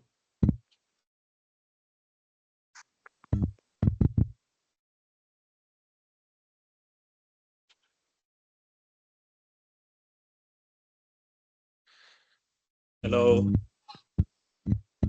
Hi. Yeah. Please go ahead. Thank you very much for organizing this wonderful discussion. It's been very interesting, actually. I just want to comment on these persons that have just asked a question with regard to visa together with partner or a dependent. It actually depends on your visa. And mostly the employers now in Australia, some do ask the candidates, you as their potential employee, to apply your visa through immigration agents. But before then, there is sponsorship or nomination. Before they nominate you, they will send you a small document in which you will be asked to fill in your particulars, and they will ask you if you have family to go along with. They will ask you to fill for them. But normally it depends on the visa. Some visas, you're going to apply it differently, you and your partners. Whereas other visas, you're going to make one application. They will provide there is provision for your partners and kids and all that. Get the points. So Yes, it yes. all depends on the type of the visa. And I know they must have sent you that documents where you give your particulars for them to Yes. nominate you. So if they have nominated you, they will tell you these I've are for your particular own form. and these ones for your family. So you get the point. Yes, And yes. I've advisably, if you are financially stable enough, you can apply your visa through immigration agent, even if they don't ask you to do through them. Because visa application is not actually easy nowadays. Like me now, I've gotten job in Australia, but during the process of applying the visa, I did it myself. I mistakenly impute an incorrect surname.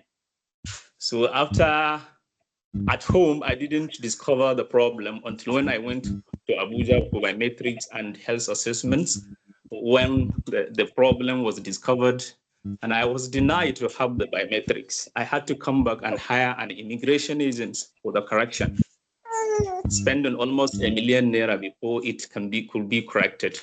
But it has been addressed now, and I did my biometrics and all that. So if you have money, you can apply it through immigration agent. You not have any difficulty. And in fact, the coming out of the visa is faster if you do it through immigration agent. But if you don't have enough money, you can do it yourself.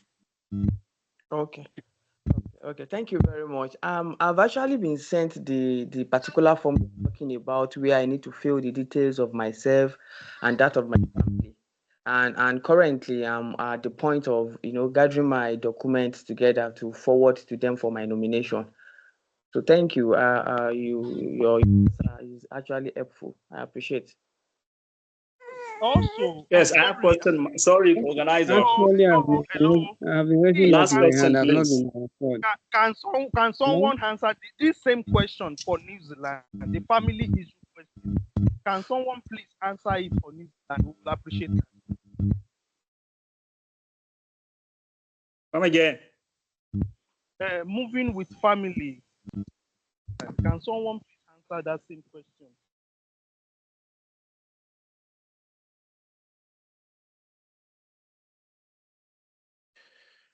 Moving with family. Um, your question is what is the process? Your question is you want to move to New Zealand with your family from Nigeria Yes, yes. or from the UK? Chibo, Okay, From from Nigeria. Chibo, Okay, come. okay. Please, Are can you somebody? is, Yeah. is Emmanuel. he in New Zealand currently, or they are both in Nigeria? they are both in Nigeria. Well, most of the Come, guys, like me now, I am in come. Nigeria, but we have Come and help friends me in carry New something. Zealand, but they have moved to their family. But they already went at first.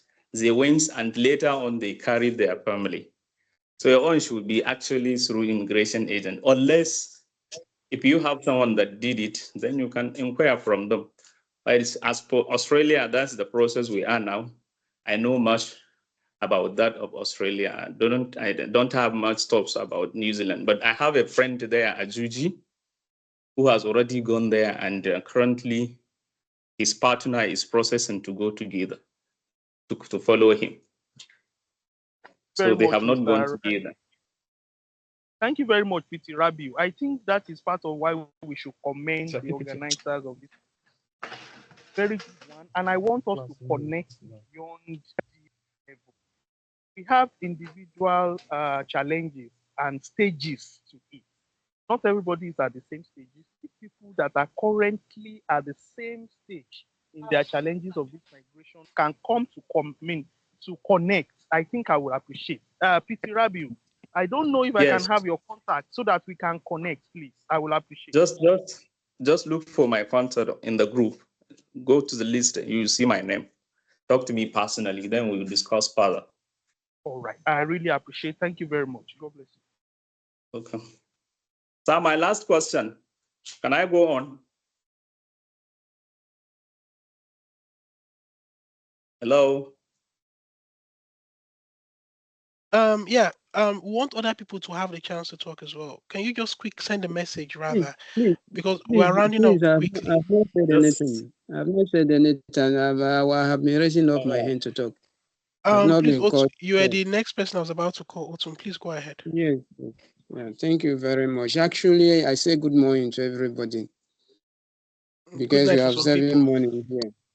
It's a pleasure Okay. that the organizers have decided to pay this sacrifice, which will go a long way to reshaping our future. Personally, I thank every of them for this good work. I also we want to say that many things have been said about links that will be shared. Some information will be very, very important if they eventually remember to do so as promised.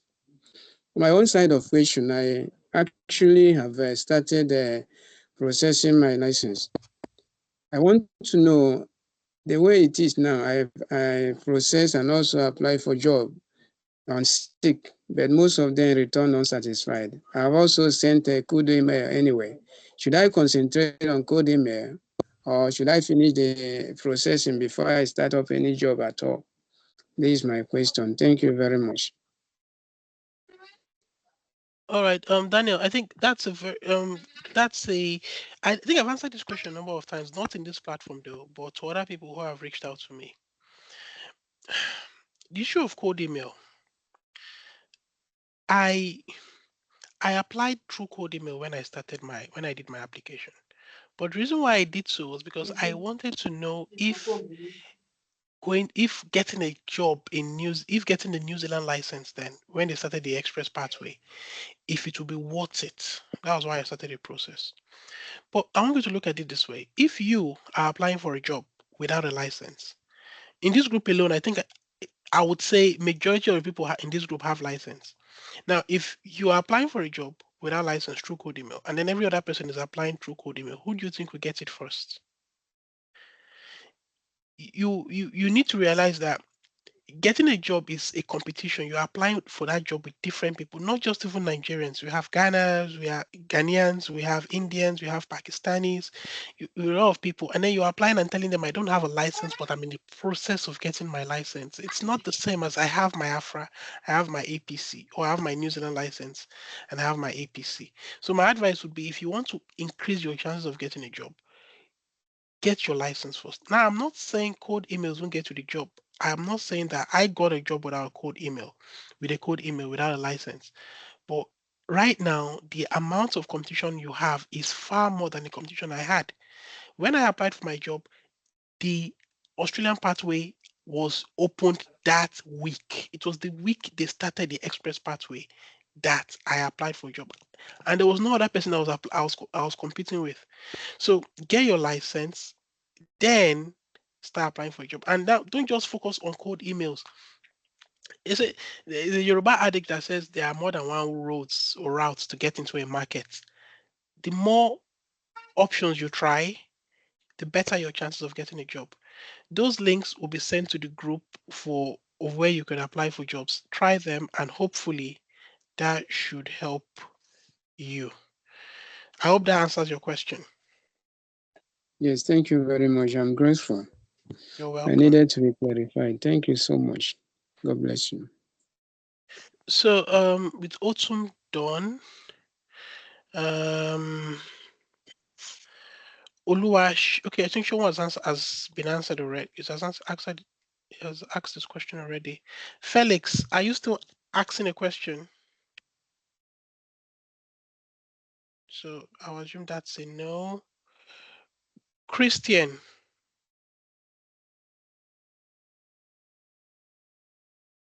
Okay, good morning, everyone. Good evening to those of us who are in Australia and New Zealand. Thank you. I appreciate this platform and this opportunity to get this information and all that. It's been very great, and I thank you all for organizing this. Um, for me, my inquiry is this: though I have just been asking the question in the chat regarding mine is New Zealand. I actually have a job in both New Zealand and Australia anyway, but I have taken the option of New Zealand rather than the Australia one. The reason is due to the cost of going to Australia, which I know is quite much compared to the cost of New Zealand. So nothing else, nothing else. This is just the reason why I'm opting for that New Zealand rather than Australia. And now I'm on the accredited employer work visa. And then I saw some stuffs about, trying to bring in your spouse into the country with such visa. And yes, I know that doesn't include your spouse if you have the accredited employer work visa. But then after you have your own visa, you can apply for the partner of a worker's work visa for your spouse. But then there is a list of conditions you have to meet to be able to do that, which includes providing evidence aside marriage certificate. Aside that, whether you have marriage certificate or not is not enough reason. You need to provide proof of living together, charts, pictures, and what have you. Now, my question is, if we have a Nigerian among us here who is in New Zealand, who has been able, like who went to New Zealand with the accredited employer work visa, who have been able to bring it over their spouse, like for me, I need a step-to-step guide to that.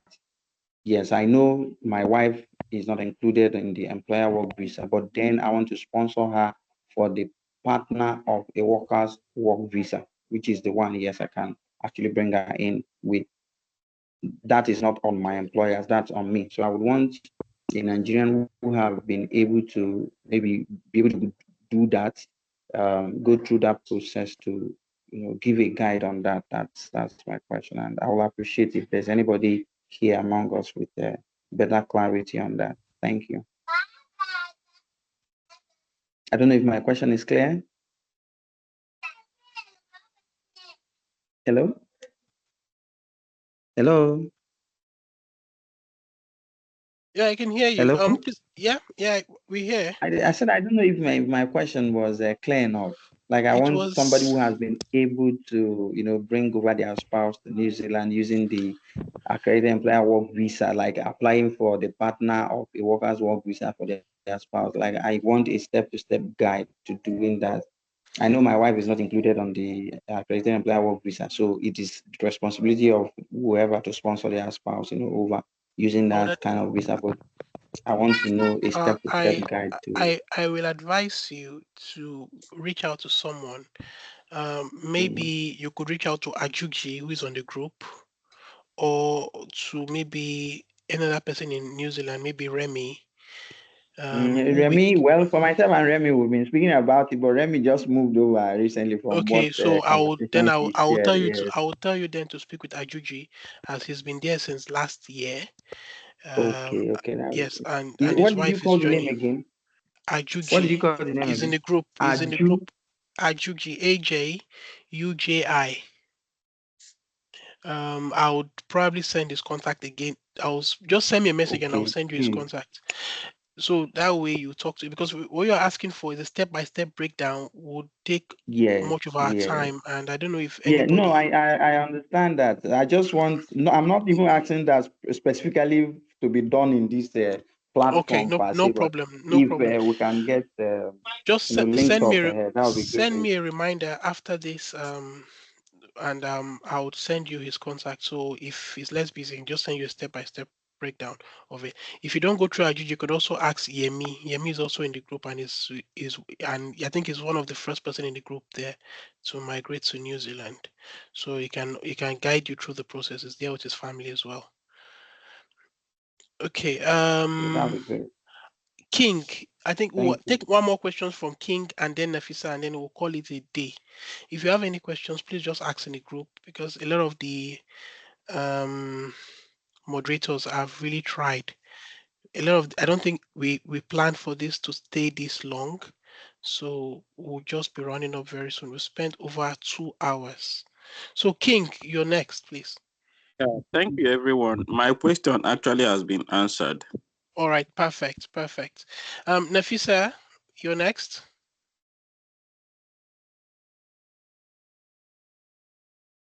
Nafisa, are you there?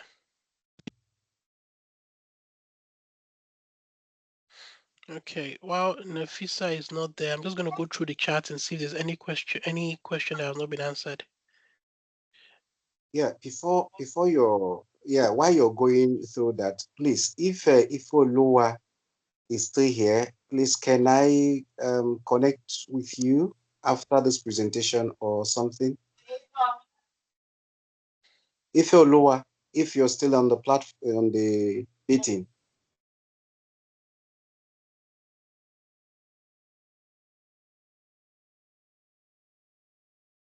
I think he Okay. has Yemi is asking a question.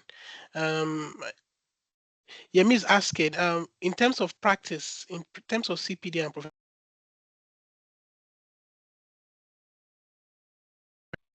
in terms of practice and professional development,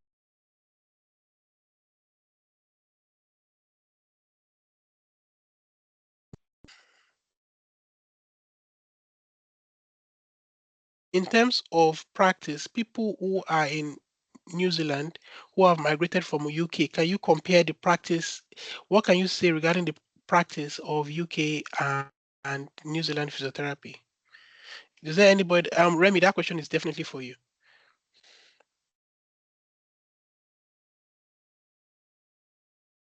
okay. The practice actually, I will always say that it actually depends on the employer, where you're working. So where I was working in the UK and where I'm working now, if I should compare both of them, though they are two different roles, but I will tell you that working here is better than working in UK. So you might not really, I don't really have that much pressure, excuse me, that I used to have when I was in the UK.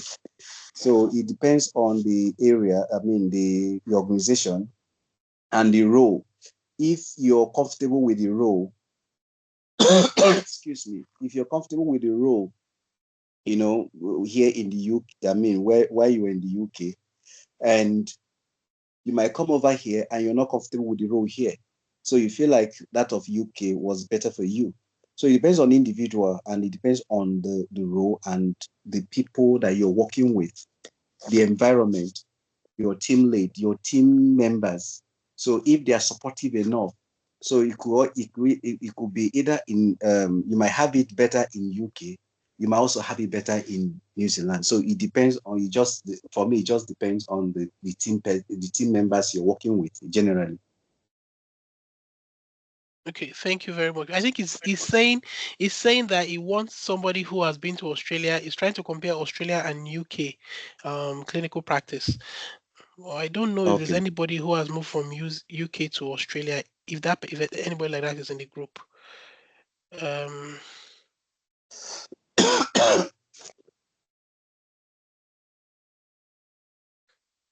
is there anybody like that? I don't think we have anybody that has moved that I know of, though, that has moved from from UK to Australia. What we have is UK to New Zealand. But well, if there's anybody that has done the move, please let us know. Nafisa, you said you cannot unmute yourself. Can you just type your question out? So I'll ask the question, then we'll call it today.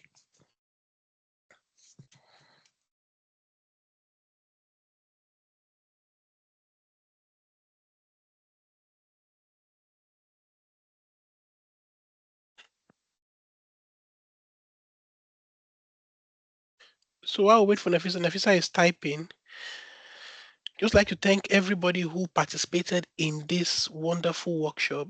Should I call it a workshop presentation webinar on migrating to New Zealand, especially the moderators. It wasn't easy, I know. Waking up waking up in the morning if you're in UK or Nigeria or in New Zealand after work or when you're about to go to bed and doing this, it's not easy. Thank you so much and may God reward your sacrifice. Um this is as you can bring your spouse to okay.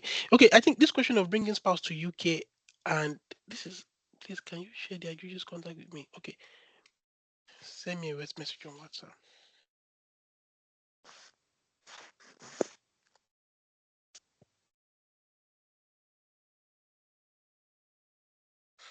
Okay, so Nafisa's question is applying for a job with a cold email for the role of MSK.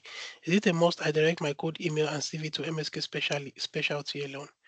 I think this is actually a very straightforward question. If you're applying for, it's similar to having a CV, and you have a CV in neuro and you want to apply for an MSK role, your chances of getting it is slim. So if you want to apply for, let's say, an MSK role, I would say you tailor your CV or your cover letter to suit the role you're applying for.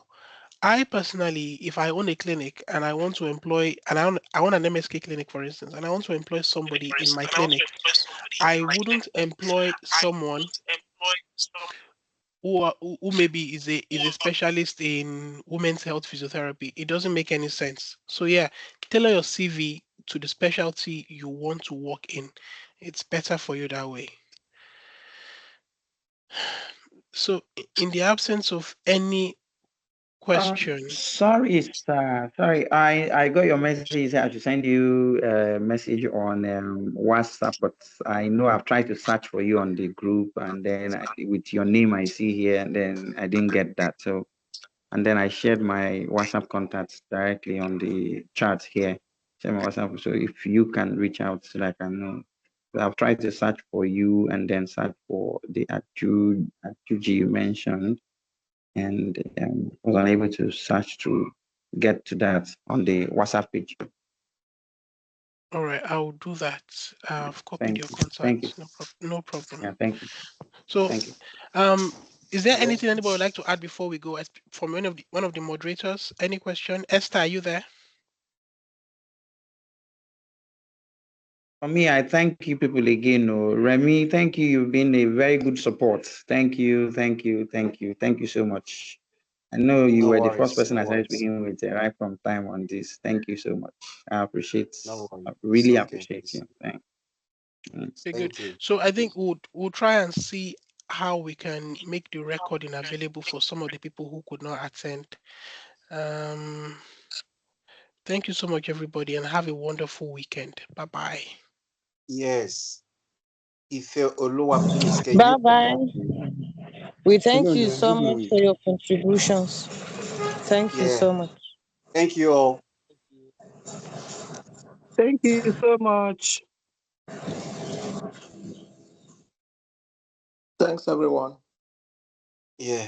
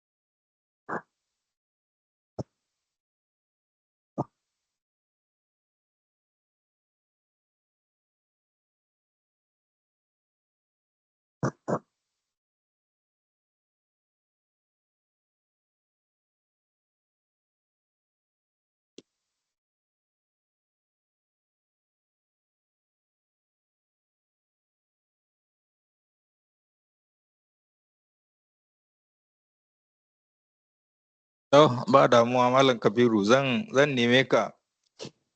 Alhaji Malam Sagiru zan kira ka zan neme ka insha Allah.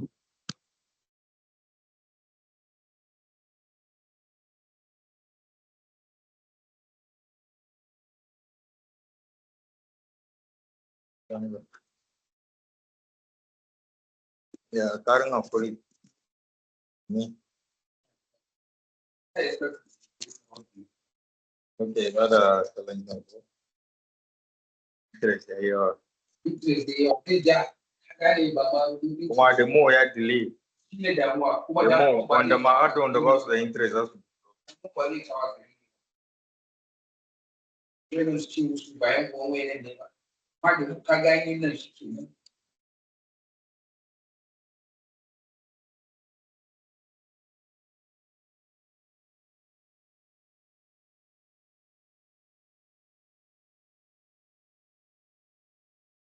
Yana rayuwa mutane masu tsaro.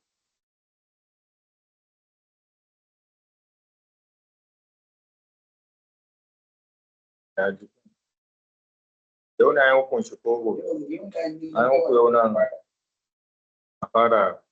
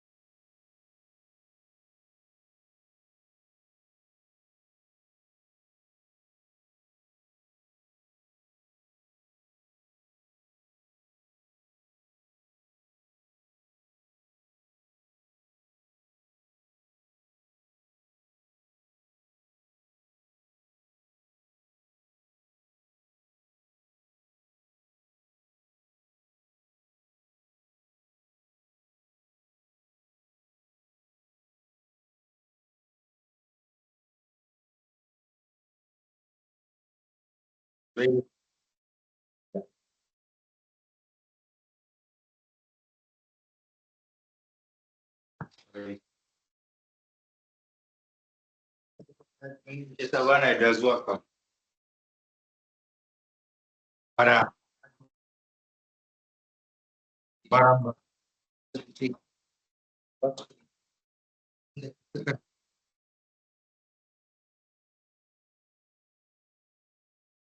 Yanzu.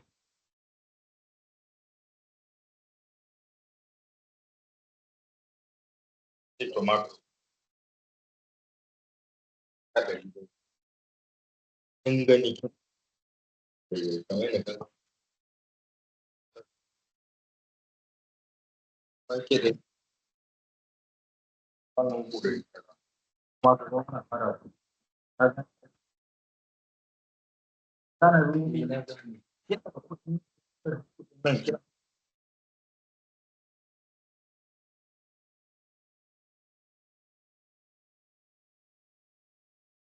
Kaskanci.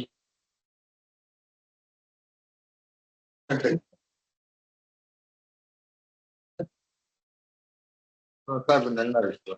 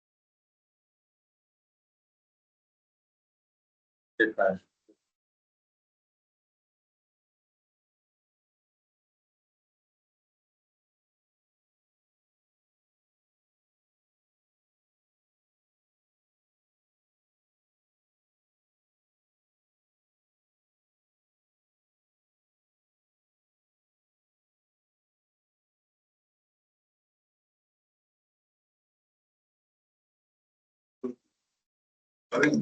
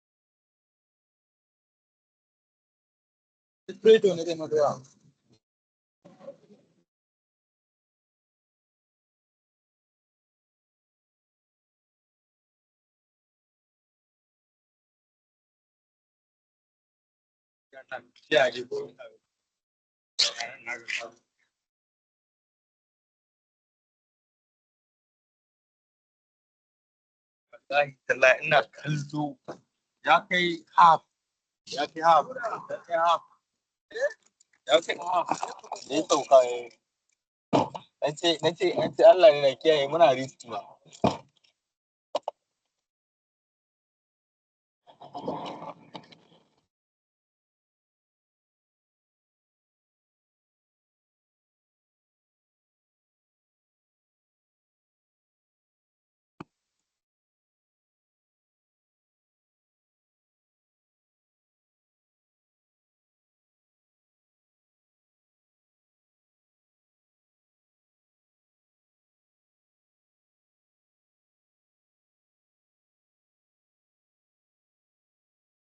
Aminu ya aure da yarinyar shi ko? Yau. Ya aure yarinyar sarki a zara. Haka aure yaron. Ina ba an daura tiya.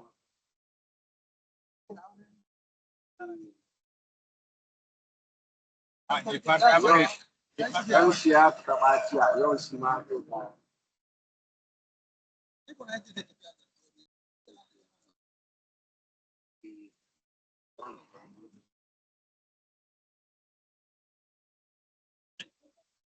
An sallame wannan ko?